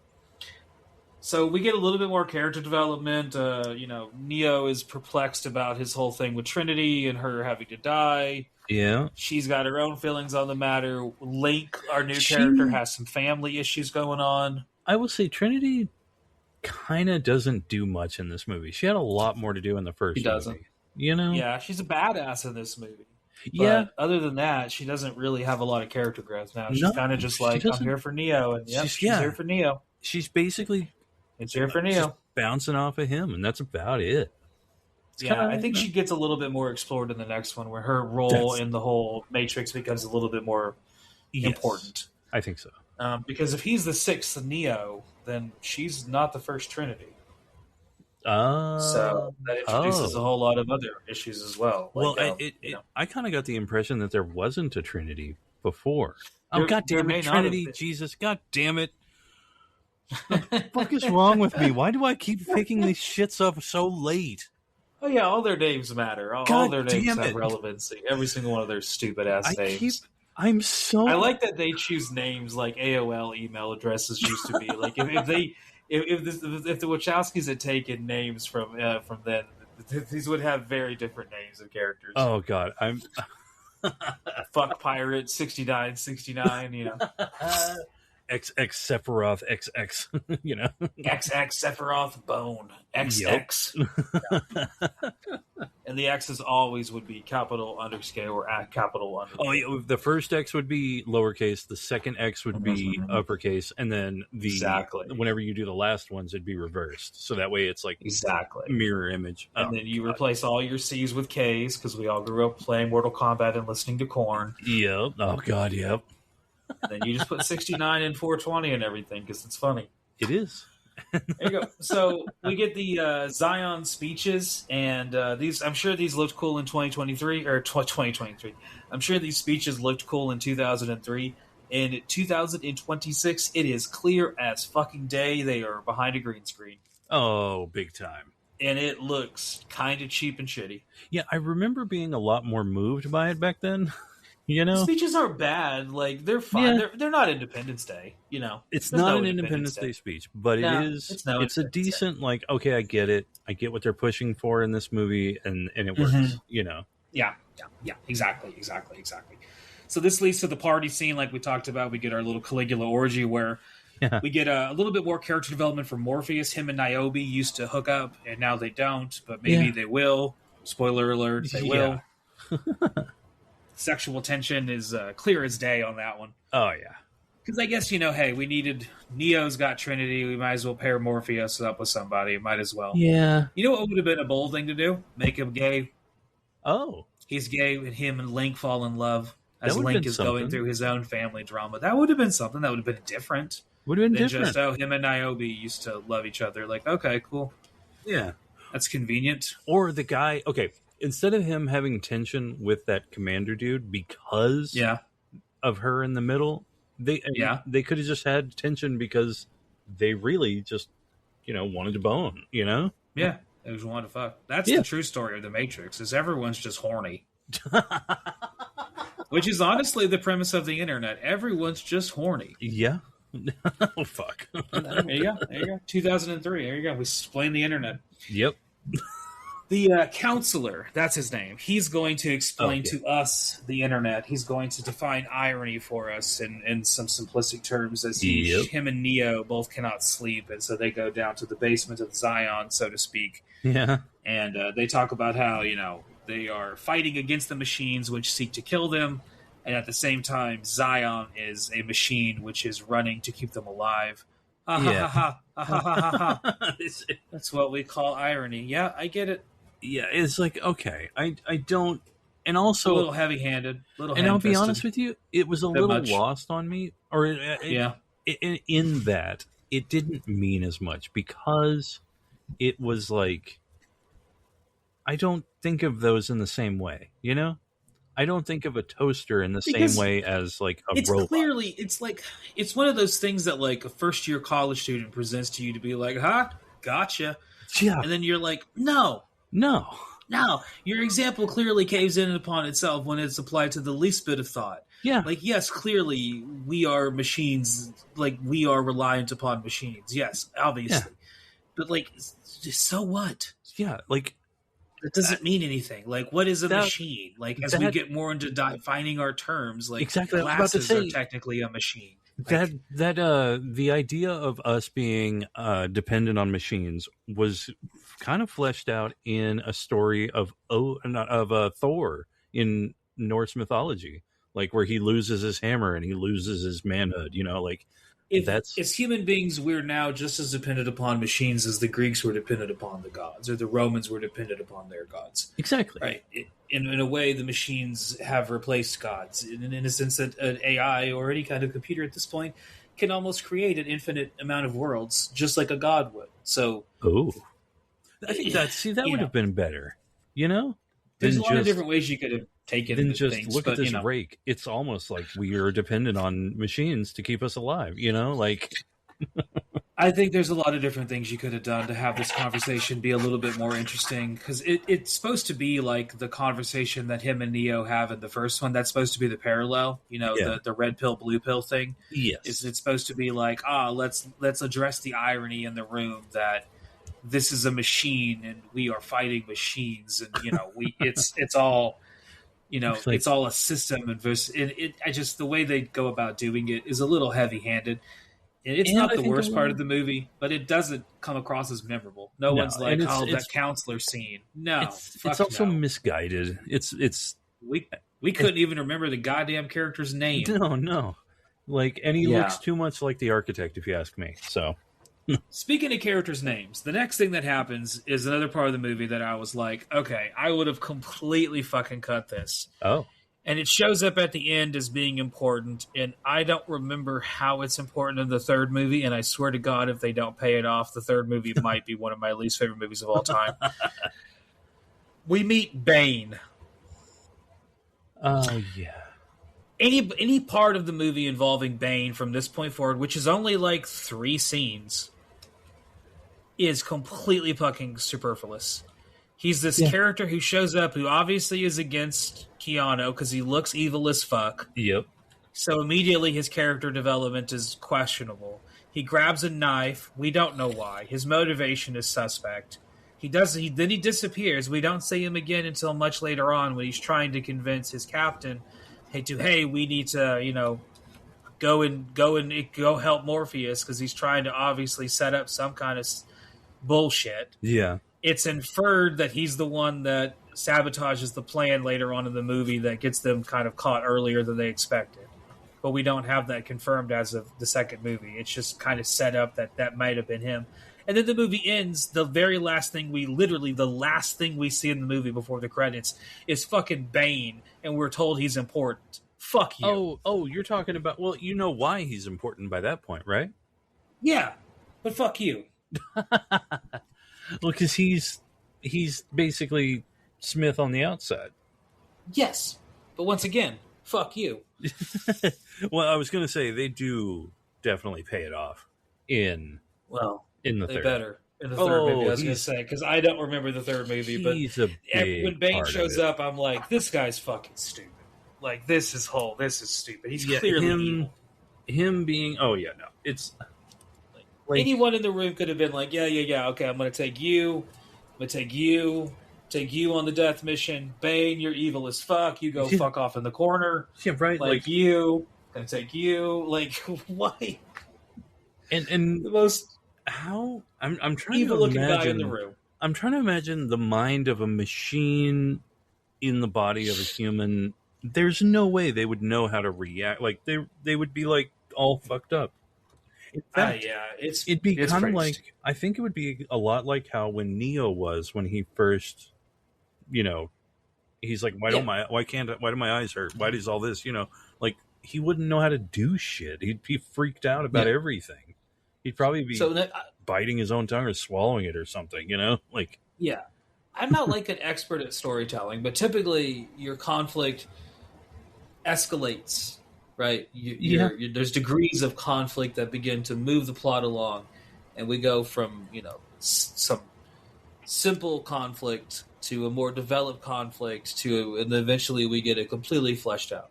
So in this movie, just a quick little off the top of my head, things that are conflicted in the movie. We have the Sentinels versus Zion and Neo. Mm-hmm. We got Neo dealing with his own fears about completing his prophecy.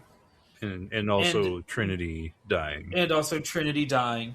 So all of those are fears that have been established so far that seem very high and important. And then we get introduced to some fucking guy. Yeah. And he's also like, oh yeah, he's a bad guy too. He's got a knife. And in my mind, I'm like, I don't give a fuck about this guy. But you should have introduced him earlier if you wanted me to give a shit. But that's how Smith on the outside would deal with Neo? Like, I guess he would just grab a knife and try to walk up to him and fucking stab his ass. Like, in front of almost everybody. But I guess my question is, does he want, like, why does he want to kill Neo again? Like, just fuck him. I guess so. I don't know. That owes me lunch money. It's really confusing as to, like, at this point... I need my $3. I guess, because when he was getting destroyed, he even said, I went against my purpose or whatever, and then he's, like, doing this other thing. And he's like... Yeah. But he still wants to kill Neo. And I guess I understand he wants to kill him because he did kill him. And he, like... So he revenge. It's a pretty simple revenge plot. Okay, now putting it pretty that simple way, revenge. it actually makes sense why Smith on the outside. I think you might be overthinking it. I think it's just a simple revenge. I think I was underthinking it. It's just he just wants revenge. You killed me once, I kill you. Yeah. Oh, and you shit on me, I shit on you. Yeah, that makes sense. So it's like I killed you. You need to fucking stay dead. The next big thing that happens is we get the meeting with the Oracle. And this would be the last thing that this actress ever filmed. She would pass in 2001, so before the movie came out, but she would have filmed these scenes in 2001. And then she would be obviously replaced in the third movie with a Which is why actress. I thought they came out like so far apart because, we have a whole different character because they needed to, Yeah, that makes sense. Or a whole different actress.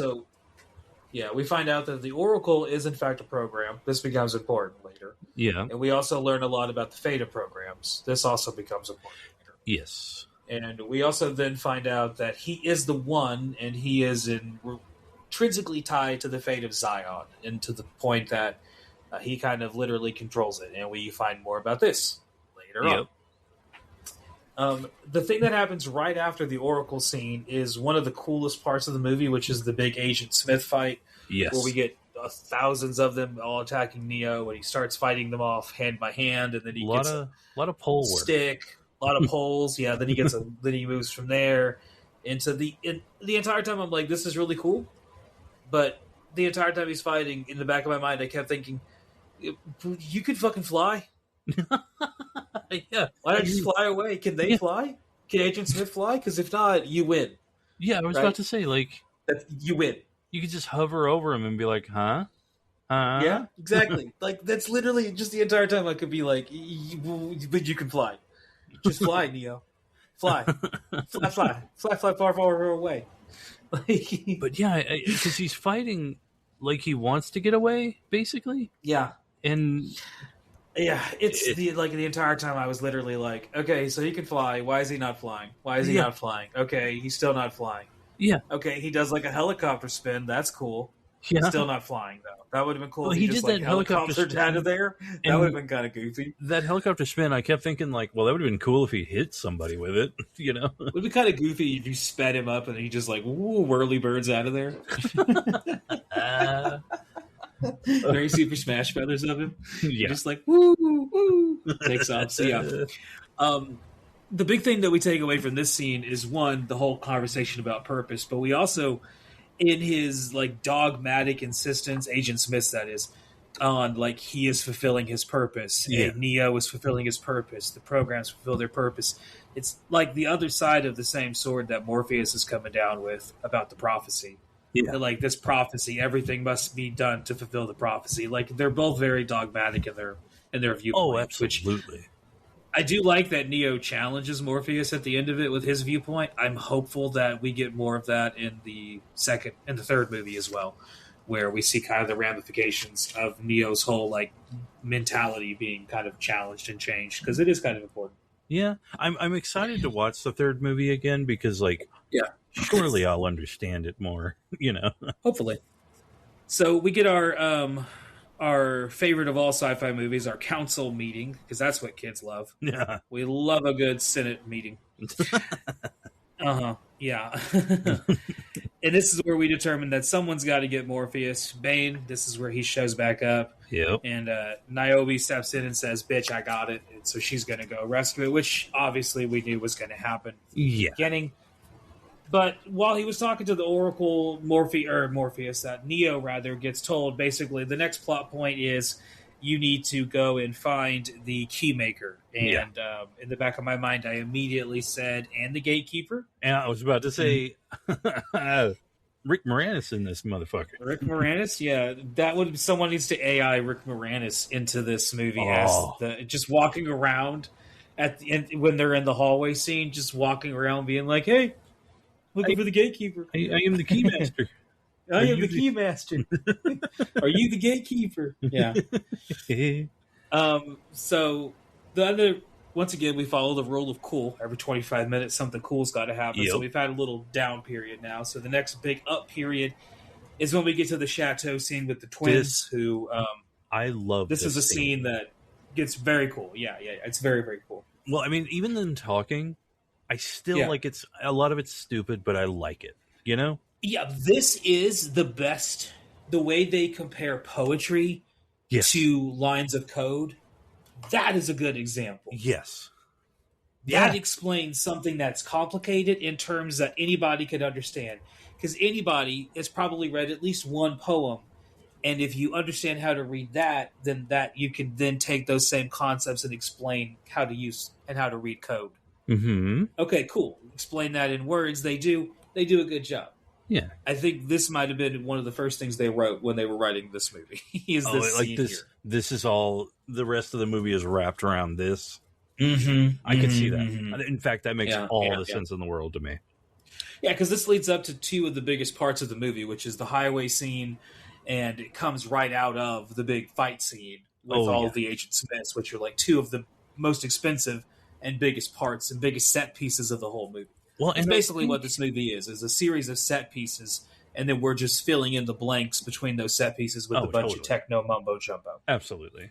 Now this, the conversation. I was going to say, the conversation with the I don't even know what to call him, the French guy, but he very much lays out like the programs are very much aware of this like whole process that's been going on.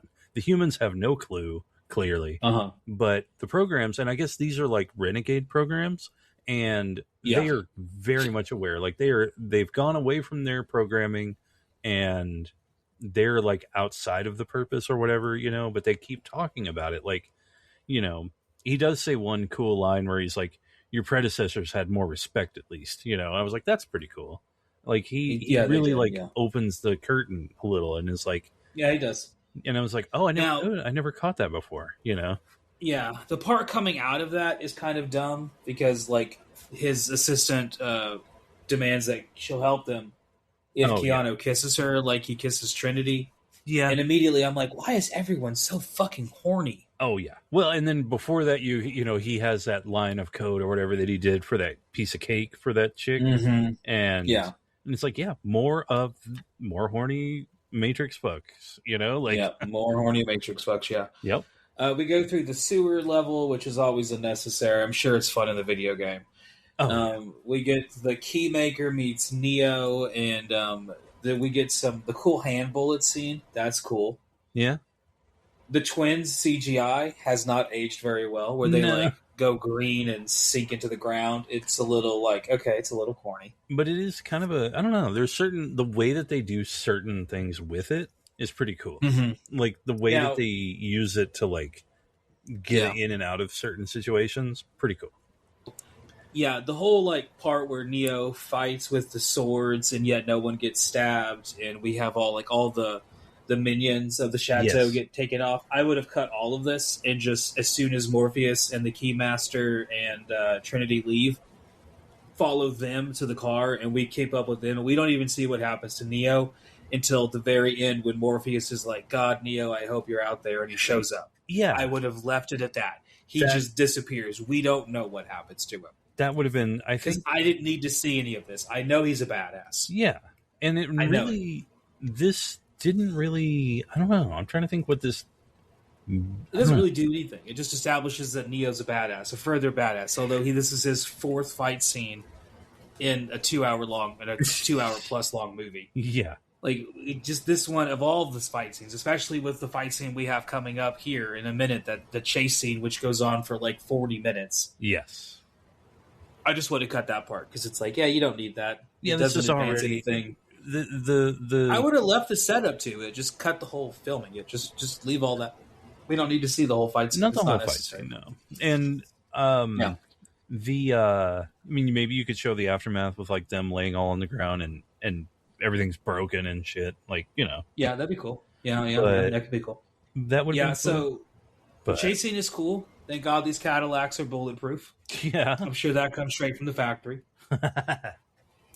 And by this point into the movie, I'm kind of into it. Like, this chase scene is masterfully well done. It is the best part of the entire movie. Oh, yeah. Bar none. It's an interesting how way it builds to and do builds everything. and builds and tension. Yeah. The way along the highway, it's really cool the way it's done. James Cameron should have completely stolen this idea for a Terminator movie that he might do in the future. Because this would be a really cool way to like have the computers in cars get hacked, and then like the car gets taken over, and it's like now it's after the car's computer is driving after. That'd be a cool way to do things. Yeah. I love that we get a Ghost Dog fucking reference here. Probably not intentionally, but goddamn Morpheus with his goddamn samurai sword. Yep. Pulling off his best Ghost Dog motherfucker. Hell yes. There's a lot of things I really like about the fight scene. About the chase scene. I do think it might be a little too long. It's a little long. It goes, you know. Now, the end of it is a little anticlimactic because we build and build and build, and then literally Neo just shows up like Superman to save the day. It's a little Which bit is like, why okay. I think it would have been better if we didn't see Neo that whole time. Exactly. That's why I said just cut all that, so we don't even know. We leave it lingering. Like, where is he? Is he okay? And that's why what's happening to him.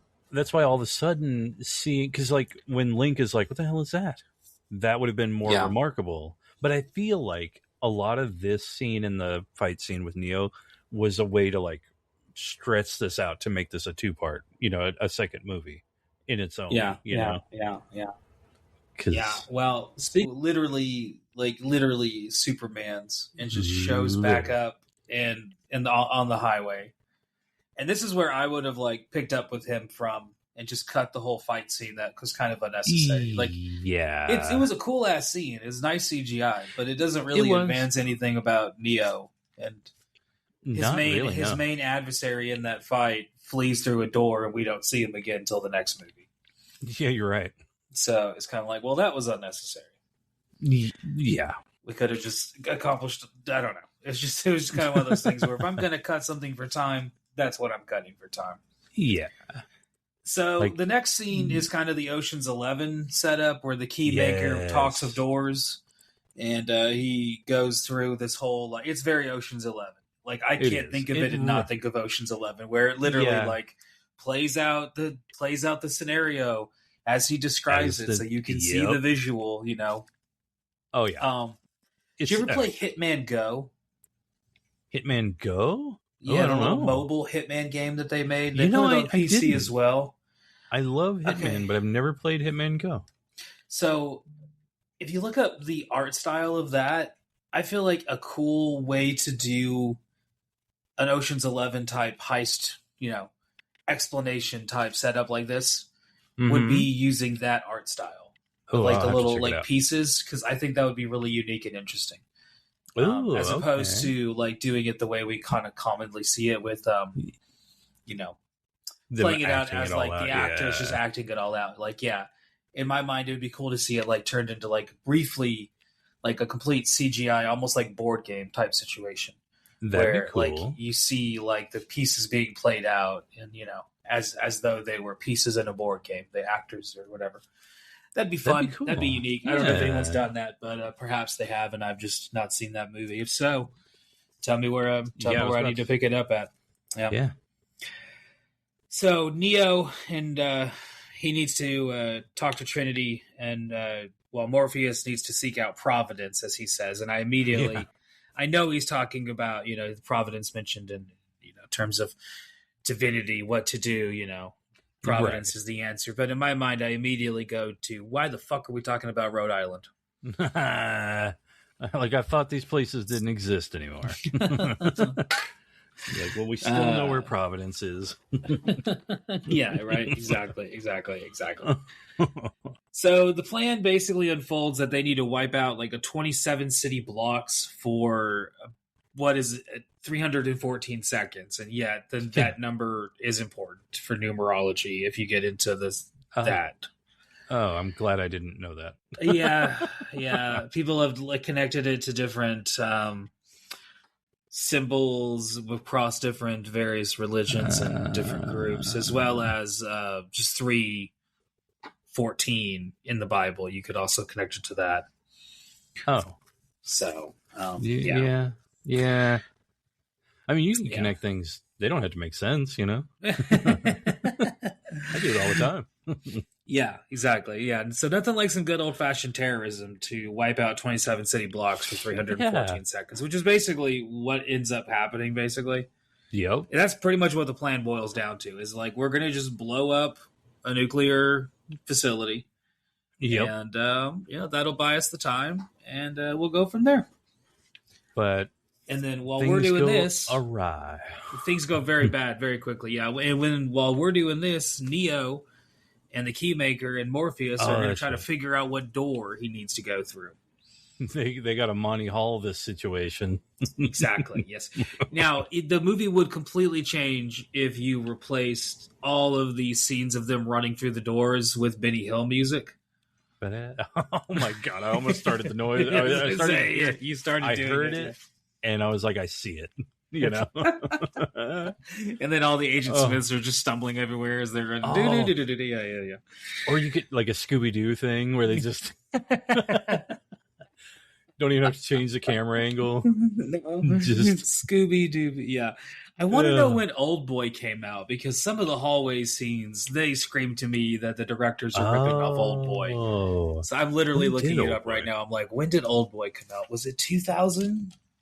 I've Old never Boy seen came out in 2003. Oh, it did. Apparently. That's when it came out. I never saw the American version. Oh, the American version is not worth watching. Oh, okay, that's good to know. Yeah, I've only seen the South It's not Korean worth version. watching it of. Yeah, no. The other version, the South Korean version, is a fucking masterpiece. Like, it is amazing. It is such a good movie. Oh yeah, it's the movie that, more so than any other movie, it's the movie that launched my interest into movies from that side of the world, like Japan, Korea, Hong Kong, China, Indonesia, and then kind of venturing down into kind of the other regions around Australia, New Zealand, and just all kinds of movies from that side of the world have kind of all, for me at least, go back to Old Boy. And just watching that for the first time and just being like, oh shit, that's a really good movie. Yeah. And yeah, I love that movie. It is amazing. Yeah. I wish I could, like, cause I have to go over Oedipus as a high school teacher. Yeah. I wish that movie I could show to high school students to be like, so here's someone taking this story that we just read and doing something really interesting with it. Yeah. But yeah, no. Yeah, no, that's a tough one. Can't show them that. No. I would get fired for that. They'd be like, you showed Old Boy, huh? Woo. Was it the scene where he rips the guy's tongue out, or he bashes his head in with a hammer, or, That's an interesting way to resign. And here's my 2 weeks. Thank you. Right. I'll be on administrative leave. Yeah. So Neo doesn't want Trinity to go in, though. So everyone's getting ready to go, and Neo's like, hey, so I kind of, because the Oracle has told him, hey, you're going to have to decide between, her or the world. Yeah. And you've already made the choice. You just need to know why, or whatever. Yeah. Exactly. A lot of that. And I guess Neo's answer is like, hey, you know what? Just don't go in, and then I don't have to worry about it. Yeah. Avoid the choice. The choice. Yeah. That'll work for you. That's a real Terminator 2 kind of thing, Yeah, like, really, totally it is. Yeah. Yeah, this movie wishes it was Terminator 2. Oh, yeah. God damn. Oh, I didn't even make that connection until just now, and yeah. It is the Terminator 2 of the franchise. But it happens a lot faster, but it's yeah, and it's nowhere near as good. No, it's nowhere near. Nowhere as good. No. So yeah, eventually the plan, like you said, goes completely fucking haywire. And oh yeah. Well, it's all because of I don't know, I mean, like, because they're talking about like inevitability and all this stuff. They're talking about, like, purpose and whatever, all the things, determinism and shit. and we're just watching it play out with this rickety bridge that this dude keeps hopping across. And you know that the plan's going to go bad immediately as soon as they lay it out. You're like, oh, that plan's stupid. Yeah. Oh yeah, that's just stupid. Of all the plans, that's what you come up with, right? I do like that when Trinity gets like literally hacked into the Matrix, she literally uses like hacker shit to get hacked into the Matrix. That was kind of cool. Yeah, to see like actual like shorthand of like coding and stuff like that to like get into something like that. That's neat. Yeah, I'm wondering if that ended up. I'm kind of guessing that was sort of a critique on the first one. They were like, "Aren't these supposed to be hackers?" You know? Yeah, like, yeah. So I could see them kind of. I guess they had to find like something they could show on TV or like on a film that if someone watched it and studied it, it detailed enough, they wouldn't like, you know, now you have the keys to the castle kind of a thing. It's like, right. No, nothing like that quite so much. Nothing like that. But does get her to where she wants to be. And of course she has her bike with her because that's important. Oh yeah. And this literally is where the dream starts to play out again. As soon as she shows up on her bike, I'm like, oh yeah, it's the dream. I'm like, okay. Yep. Neo should have saw this coming because we did. Yeah, really. Like, how have you been told about inevitability and all that stuff this whole time, and you're still trying to fight against it? Like, I mean, I guess that's his whole thing. That's the whole point of his character. But you know, yeah. I mean, yeah. In the first movie, I think he's an interesting character. In the second movie, he becomes a lot less interesting based on the decisions he makes. I'm with you. And he kind of loses me a little bit in the second movie. And I haven't, well, like I said, we'll get to the third movie and see how I feel like with him as a full circle character. But then, of course, we have the fourth movie, which I have still never seen. So then we have to add that into the equation to think about Neo as a character. But I've only seen it now, once, so that means, having only seen the fourth one one time, I'm still very confused by it. So right. That's probably not a good thing. Like, your movie has to be watched more than once to understand it. Like, I don't know if I'd be like, well, I think I failed. You know, there's some movies that you have to watch multiple times, like that indie sci-fi movie Primer. I don't think I've ever actually. That's a hard watch. That takes a couple times to watch that to really fun. It's a time travel movie.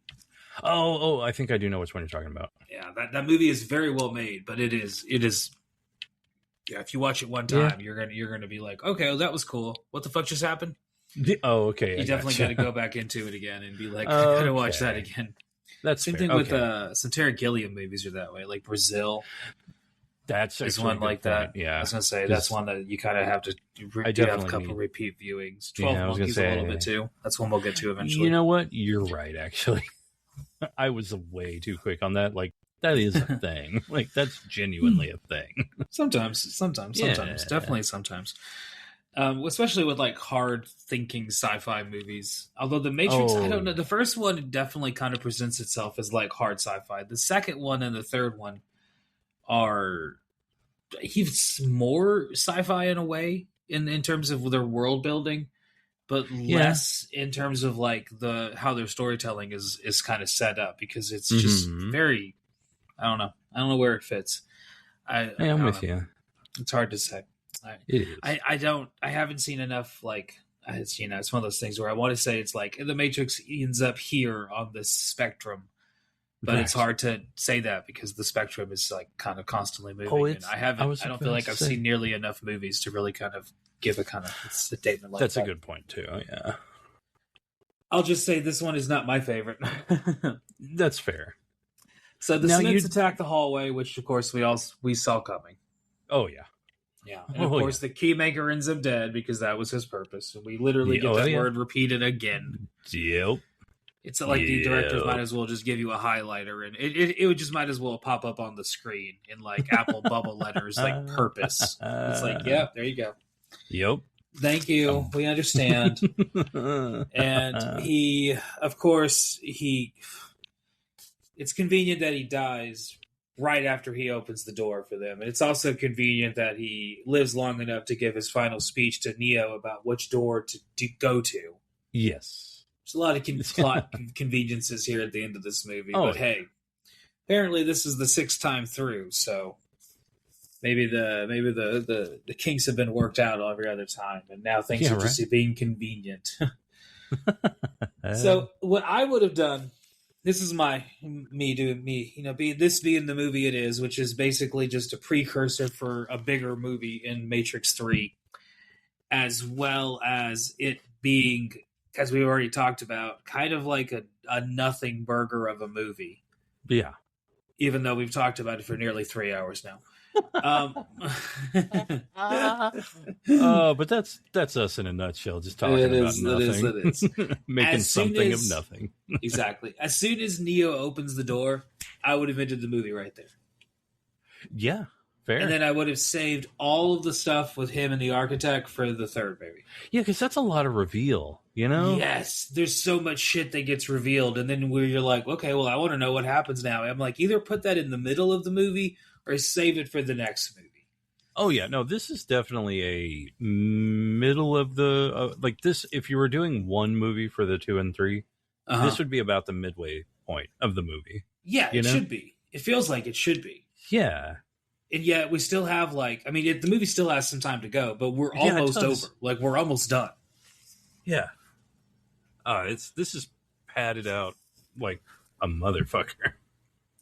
Yeah, the movie, I think if you edited this in a different way, you could make a different movie. Like if you started the movie in and around the part where Neo's meeting with the Oracle and getting basically his next direction of what the fuck to do, and then we pick up from right there. We get this fight with the Smiths. We then get the bridge scene. Damn it, I didn't even think of them as the Smiths.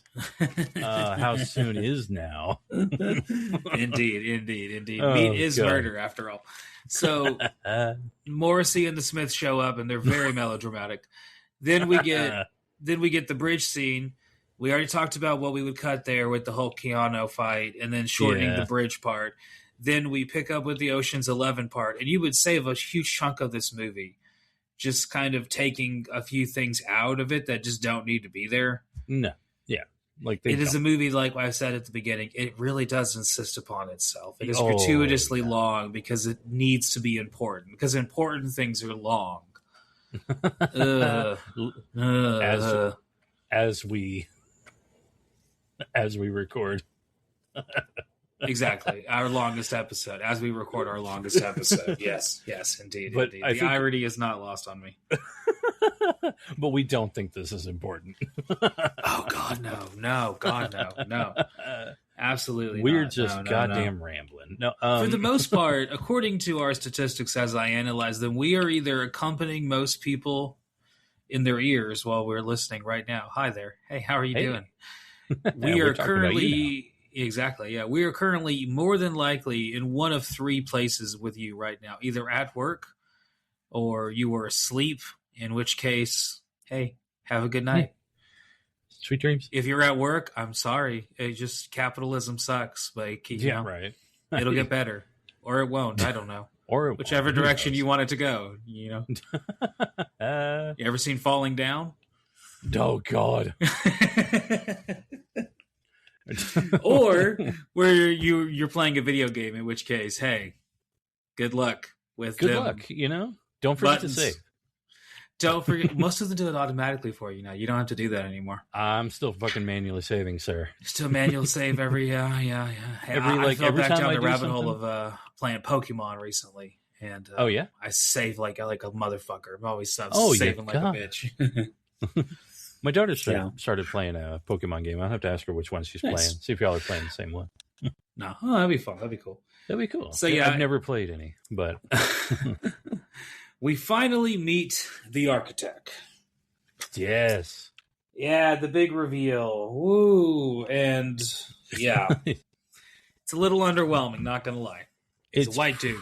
It's bearded white guy. Dude. That's the architect. He's a bearded white guy. Dude with white beard, white suit, white. In one of the most culturally diverse films, sci-fi films, ever made. Yeah. The main guy is a old white guy.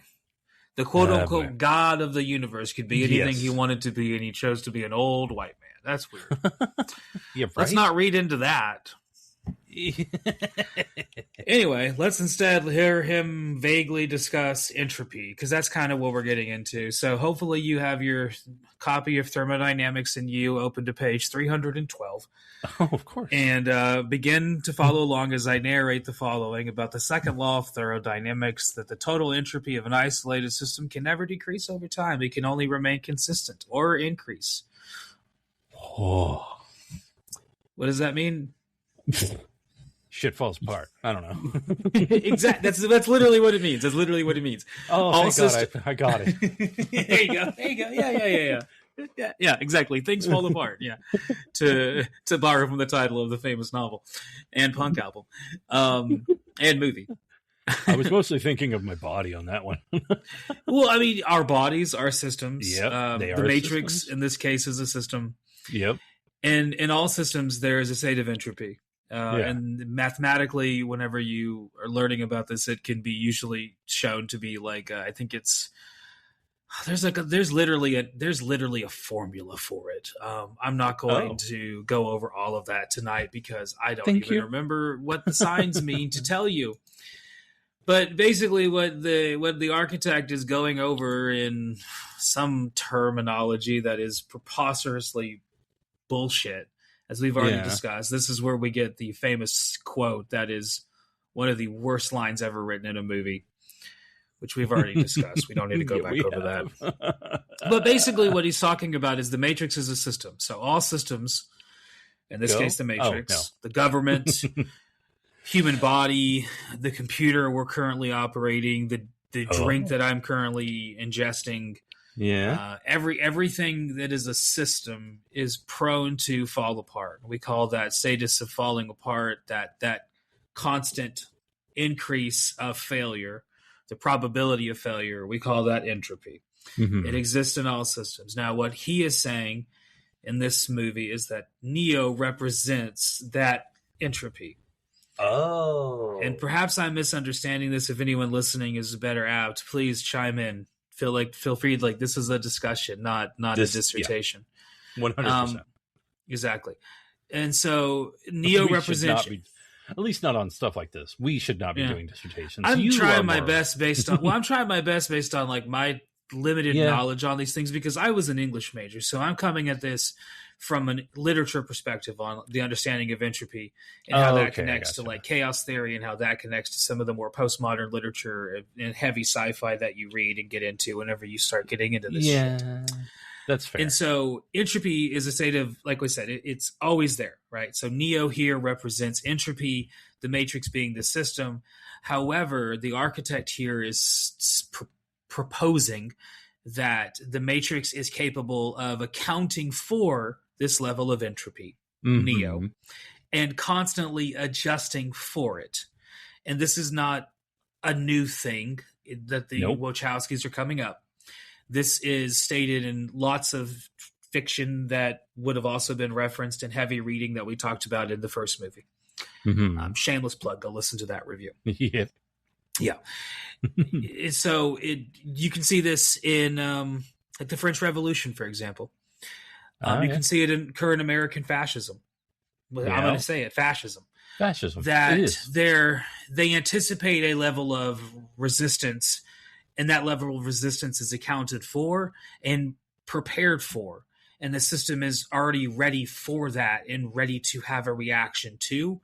That accounts for whatever resistance you could mount.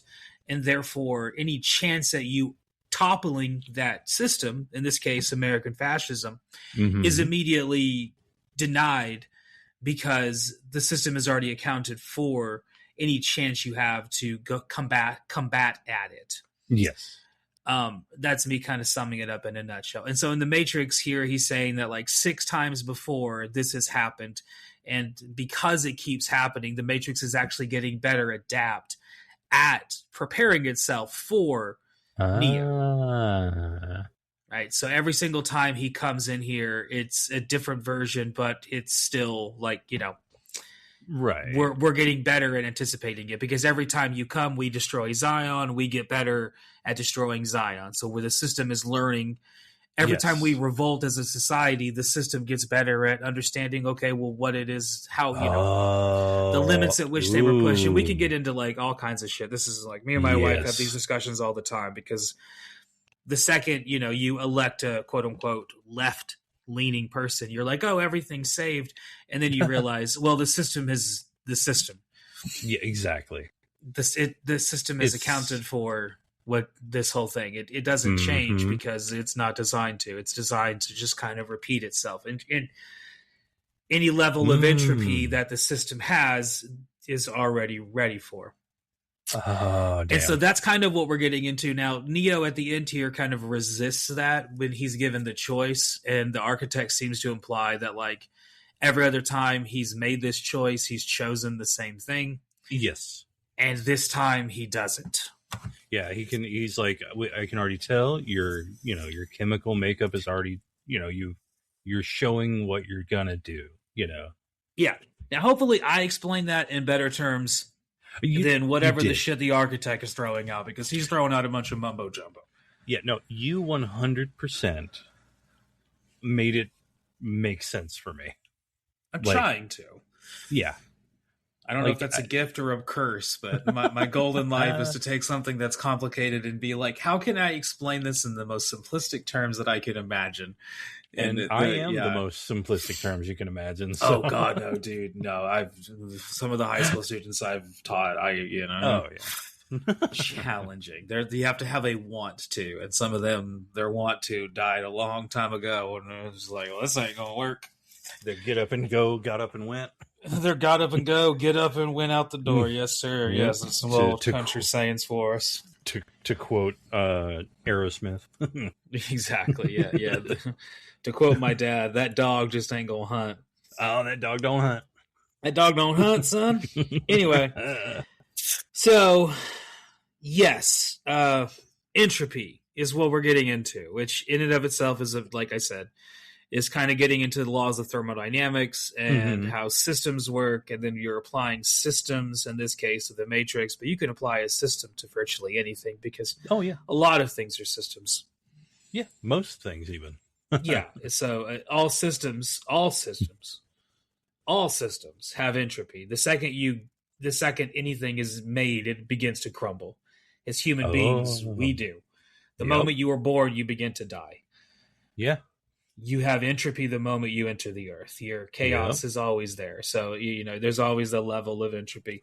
And we can get more and more complicated and spiral into a discussion that'll take countless more hours. But I believe hopefully the people that are asleep and listening are not getting ready to get to work and awakening to this part of the conversation. Yeah, right. They're like, what the fuck did I miss? Yes, chaos theory. I thought they were talking about movies. Now turn your pages, students, to page. Okay, no, never mind.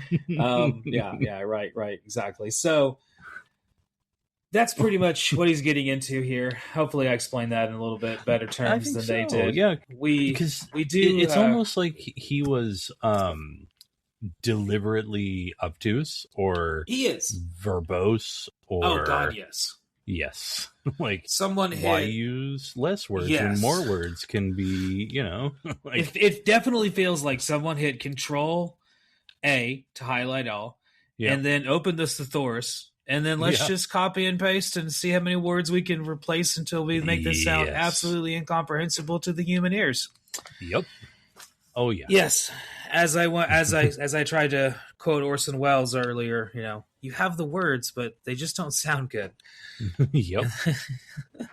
So we do return to the dream once he chooses the door to go through, which kind of gets us back to the beginning of the movie where we think Trinity is going to die, except now it's happening in reality, quote unquote, as we're in the Matrix. So, reality asterisk. But but now Neo is Superman, so he has Superman powers. Don't you know? Oh yeah. And he also apparently can pop bullets out of people, because he fucking saves Trinity and is able to pull a bullet out of her. Put his hand in her midsection. I'm like, dude, just shoved his hand inside of her body to pull the bullet out, and I guess this heals her. Like that was all he had to do. That's all he had to do. That pesky bullet. Like the way it's filmed is cool, like where it backs out of the camera and you see like them all become computer programs in the Matrix. That was kind of cool. I like it when it does that. That's neat. Yeah. It hasn't aged well, more than 20 years later, 23 years later.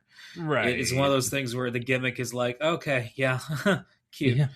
Instead of it being like, oh, that's so cool, But I remember being in the movie theater, seeing it and being like, oh, that's cool. Mm-hmm. So, I still have that mentality somewhere there. Now, the end of the movie, there's a lot of things I don't like about this movie, but the end of the movie is one of those things I really don't like about this movie because the whole like love conquers all thing. Oh God, fuck you. Yeah, 100%. Fuck you. Like Neo and Trinity's love story is just God. Like I know their love story makes up such a big portion of these movies, but watching these movies on this context, I don't give a shit about their love story. No, I really don't fucking care about them as I care about them as characters because they're trying to fight back against the machines, but I don't give a shit that they're like in love with each other. I don't think anyone's stopping them. And it becoming a plot point is so frustrating. Or a contrivance or something, They were so fucking horny in this movie. Every chance they get to fuck, they fuck. And here at the end of the movie, they're like, what we're going to do to end, the system? Put that in Matrix. We're going to kiss. Yeah. Yep. I'm like, oh, God. I get it. Keanu's hot. I'd want to make out with him, too. Shit. Yeah. He's dreamy. Damn it. He's a dreamy fella. But he is. There's a story you have to tell here. Yeah. The movie doesn't end there, though. Another plot where I'm like, okay, the movie could have ended there. It could have ended before the architect scene. Yep. No, we got more to go because now Neo, we get back out of the Matrix, and Neo now has to tell Morpheus his prophecy is all bullshit. That the Matrix accounts for Neo and Zion and everything is it's all been done before, and I'm no different than them. He is. But he is because of the power because of his because he loves Trinity so fucking much. Because of his what was his because of the power of casual sex. His Huey Lewis in the News power. Yeah, his Huey Lewis in the News power. His power of love. Yeah. Yeah, it's amazing what not having to worry about employment and having constant casual sex will do for your mental health, right? Right? It's crazy, right? You have epiphanies, eye-opening epiphanies, such as that he has powers in the real world, as we're about to find out. But before he does that, he has to... If there's a grant for something like that, I'll sign up. Right.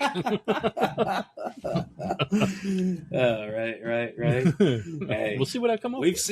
We've seen so much in our lives. Why shouldn't sometime in our millennial lives we're going to see either the collapse of capitalism as a system, 100%. Or we're going to see the collapse of the American empire? One of these things is going to happen. It's just a matter. It could be both. It might be both. Why not? We've seen everything else at this point. My bingo card is bingoed a long time ago. I called bingo, and the game never ended. It's like, well, this is crazy. Yep.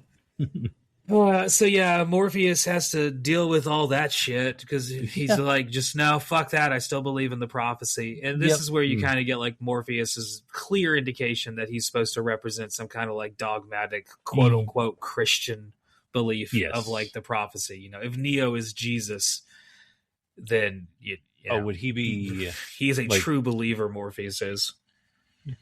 Would that make him John the Baptist? Maybe. Probably. Yeah. He's important. He does. So he's going to get his head cut off by like the king's daughter. Well, we'll see in the next movie. Yeah, right.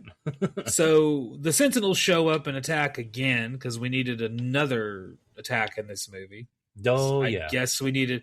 The end of this movie is just so clunky. He just keeps like we're up, and it's just like, okay, shit. We lose the Nebuchadnezzar.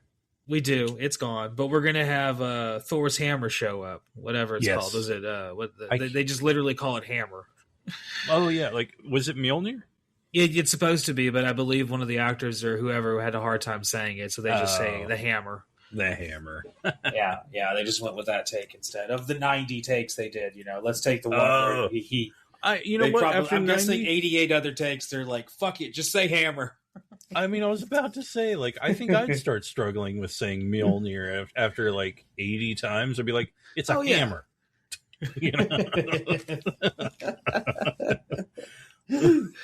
Oh god, yeah, that'd be funny. Yeah, but the other thing we figure out when the Sentinels attack is that Neo can now use his Matrix powers in the real world. Yeah, because he's like, something's different. Something is different. He can feel them before they attack. Feel them, and then he couldn't do before. And then he could in the Matrix. It's crazy. So now, and then I just kind of don't understand at this point because because as soon as he does it, he hurts himself and he basically passes out and has like a little seizure. Well, then I understand the idea of like he represents entropy in the Matrix. Yes. Yeah. But we're not in the Matrix. No. What the fuck's happening now? Like, how does he exert control? I mean, I guess maybe this is the difference between him and his predecessors. Like, he's done something different, and now he's able to he's able to continue his entropic and whatever, Well, he picked up a sphere he grabbed a sphere of entropy from the Tomb of Annihilation. He picked it up without his hand going away. And now since he has a sphere of entropy from the Tomb of Annihilation, he can just kind of do whatever the fuck he wants. He's king of fuck mountain. That's right. I mean, at this point, as soon as he wakes up from his little mini stroke he had, because that's kind of where. And the only reason I can think of in my mind of like why the movie ends with him in like peril, hurting in some kind, is because that's how Empire Strikes Back ends. Oh, okay. Because Luke is hurt at the end of Empire. He has, and that way at the next one he's like, oh look, he's gotten better. Yeah, overcome some struggle. Oh boy. Okay. I don't know. I could be wrong. There could be another reason, but I'm just like, I literally completely forgot about this part of the movie. Yeah, same. As soon as this happens, I'm like, oh, okay. I forgot that he gets hurt at the end of it because he uses his powers in the real world. Cool. Because I remember not Superman here, baby. That's right. Yeah, like I don't even understand how it works. Like, how could that possibly work? I don't know. I just had a thought in my mind of replacing large chunks of the movie when Neo does his Superman powers with Superman by Goldfinger. Ooh, just putting that as the soundtrack. It would completely change the movie. Oh, since we're adding Benny Hill and we're cutting things, we're also going to add Goldfinger to the soundtrack as well. Why not? Hell yeah! That I'm make with it a bizarre movie. Of course you are. So then the hammer shows up and picks them up, and then we get more because why not? Yeah. None of this really matters all that much. No. But we do end with them finding out that there is one other person that survived, or I don't even remember what survived the whole like chaotic clusterfuck that was this poorly executed plan. Yeah. And that was who? Bane? Bane, yeah. That's right. Yeah. And not cool-ass Bane from the comics. Not genius level intellect, break your back Batman Bane. No. And not even played, Batman and Robin Bane. Or not is it Batman and Robin Bane? Batman and Robin Bane. Yeah, Batman and Robin Bane. Bomb. Oh, my favorite Bane. That movie's ridiculous. We'll have to talk about that movie one day. It's just fucking, I don't even know why. I just want to talk. That'll be that movie. That review might be our longest review ever. Oh, I could talk about Batman and Robin for a couple hours. Oh my god! Its cultural importance cannot be understated. Everybody chill.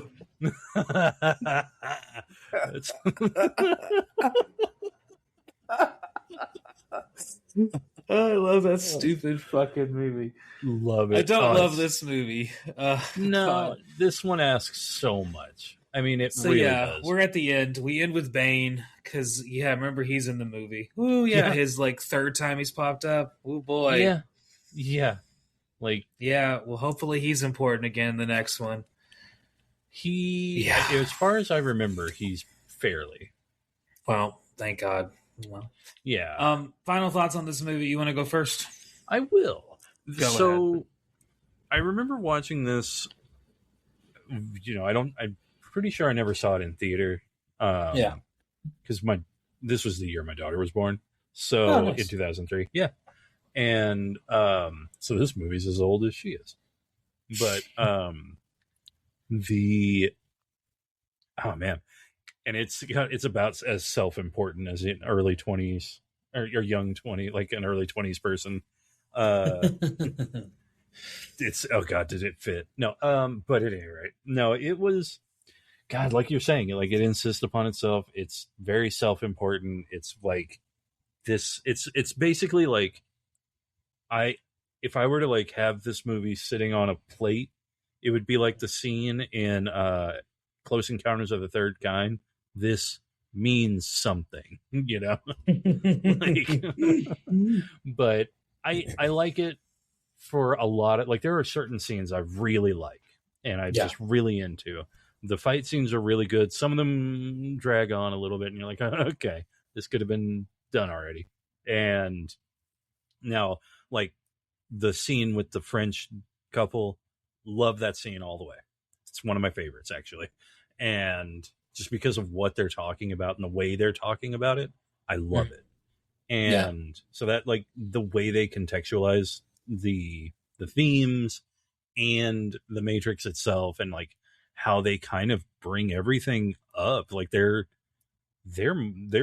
kind of almost like, everything about this whole like fight that y'all are doing, we're not a part of that. We're doing something else, I'm like, that's kind of cool, actually. So, but the rest of it, I mean, it's way longer than it needs to be for what little payoff you get out of it. Like, it really is kind of nothing. But the chase scene is awesome. Or the I say chase scene. The freeway scene is awesome. So there's a lot for it. It just didn't need to be a movie. It needed to be an intro more than anything. Yeah, exactly.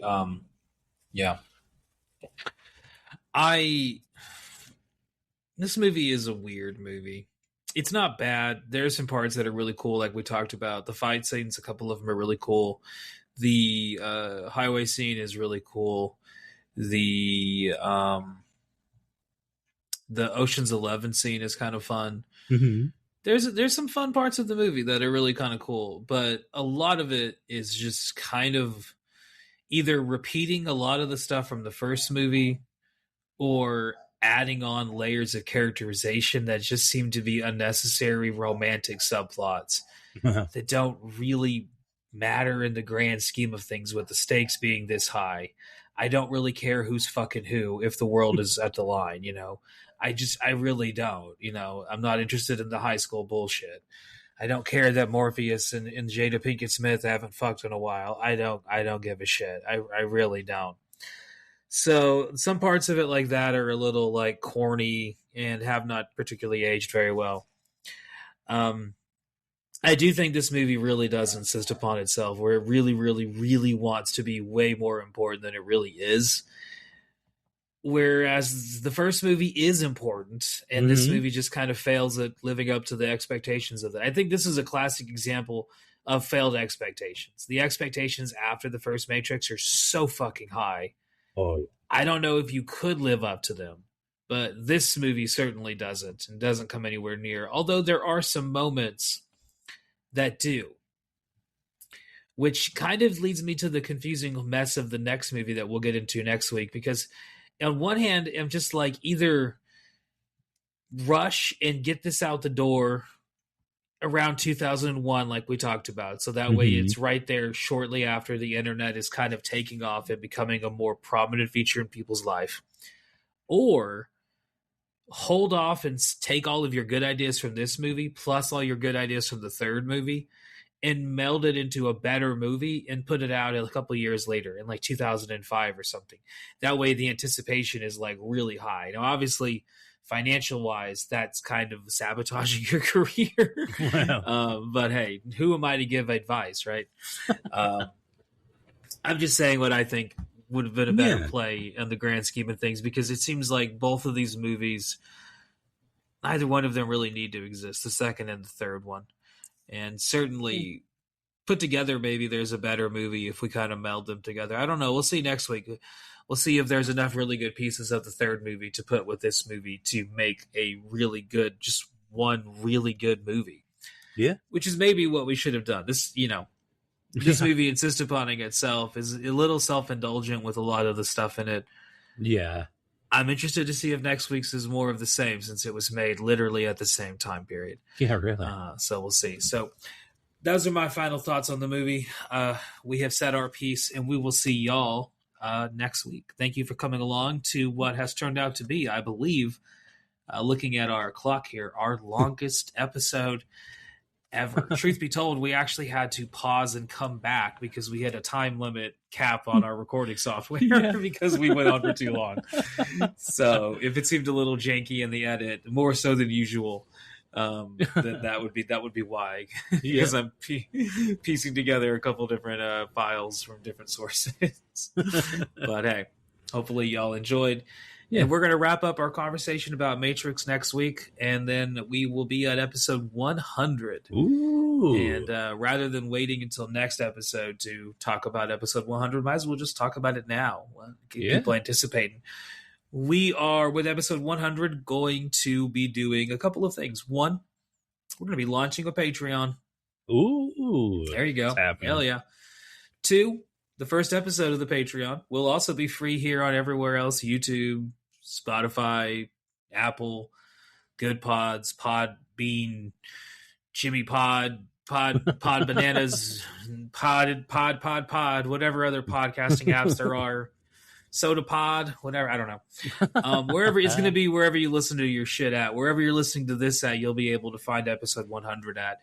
And that will be the start of a new show that we're going to do, which is going to be diving into some television shows and some stuff unrelated to necessarily the Wasteland. Just some, I haven't really found a good name for it yet. I've tossed around like Millennial Graveyard. Ooh. I don't know. The idea is basically like, hey, what if we made like a time capsule of all the stuff that millennials, people our generation, grew up with? And what would go in that time capsule is kind of the premise of the show. And so we're going to start that on episode 100, and that'll carry over into the Patreon. So that's will be where you can find that show out, whatever the hell we end up naming it. Yeah. Every good idea I've had is already taken. So it's kind of one of those things where I keep coming up with ideas, and then it's like, damn it. So I don't know. Maybe something good will come to me. If you have any good ideas out there, throw them our way. Yeah. And the first thing that we're putting in our time capsule is going to be the Highlander TV show. You're finally getting it. Yeah. So the Highlander TV show, the first season is 22 episodes. So episode 100 of our podcast, we are going to dive into the first 11 episodes of the Highlander TV show. Have you started yet? I have not. I need to. I have not either. Either. Yes. So we got to get into it. Yeah, 11 episodes of the Highlander TV show. We've been told by a friend of ours that we maybe got like 8 or 9 episodes of bullshit. So we'll see. Hey, you got to have a foundation. But now there are shows that you can do. There are shows that are just good from the jump, but some shows have a little bit of a, we got to build up. So you got to get. I've always thought that Todd in the Shadows theory of like second season, episode 3 or whatever, I think was his theory, like second season, episode 4 of every TV show, that'll tell you like what the show is really like, because it's had enough time to like find its voice. But now you can't do that with shows that never make it to season 2, but I was about to say. But yeah, we'll see with Highlander, because there's got several seasons. That'll be the first thing, is we're going to go through every season of Highlander. I don't think I've ever talked about a show more that I've never seen a second of. It's so going to be exciting. Time. Yeah, I'm looking forward to it. So you'll be able to see that on our Patreon, and the first episode of it will be available on YouTube, and as well as every other place that you listen to podcasts on.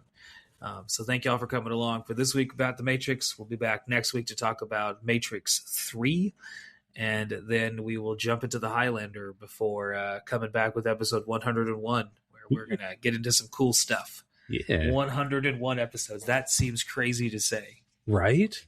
It's been a very, very fun time. We actually had another episode just cross 1,000 views on YouTube today. Awesome. Yeah, our Cherry 2000 video with our good friend Dominic from Monster Movie Fun Time Go. Yeah. I don't know how many views it has elsewhere, but on YouTube, I got the notification this morning that was like, "Hey, you hit 1,000 views," and I was like, "Oh, cool. Which one?" And then it was like Cherry 2000. I was like, "Oh, nice. Yeah." That was a fun episode to talk about. That was. Yeah. So this was a fun episode to talk about too. Yeah. Well, we'll see y'all next time. Bye. Take it easy. Hot damn, college boy. Thank you so much for listening. Every single week we come back with a new movie about the end of the world, or a movie about the beginning of the end of the world, or what happens after the end of the world, or maybe one day we just decide to watch Showgirls. Who knows?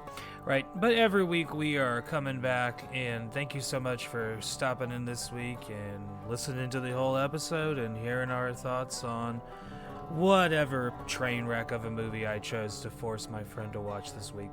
I'm a good person like that. And thank you for also being a good person. There you go. If you want to be a really, really fucking cool person, which you obviously are, why don't you give us a like, and actually, more importantly, give us a subscribe. I find that to be more important. I don't know if the algorithm says it is. I don't really give a shit. But thank you for your patronage either way, and clicking all the things and doing all the stuff. Bye. Thanks.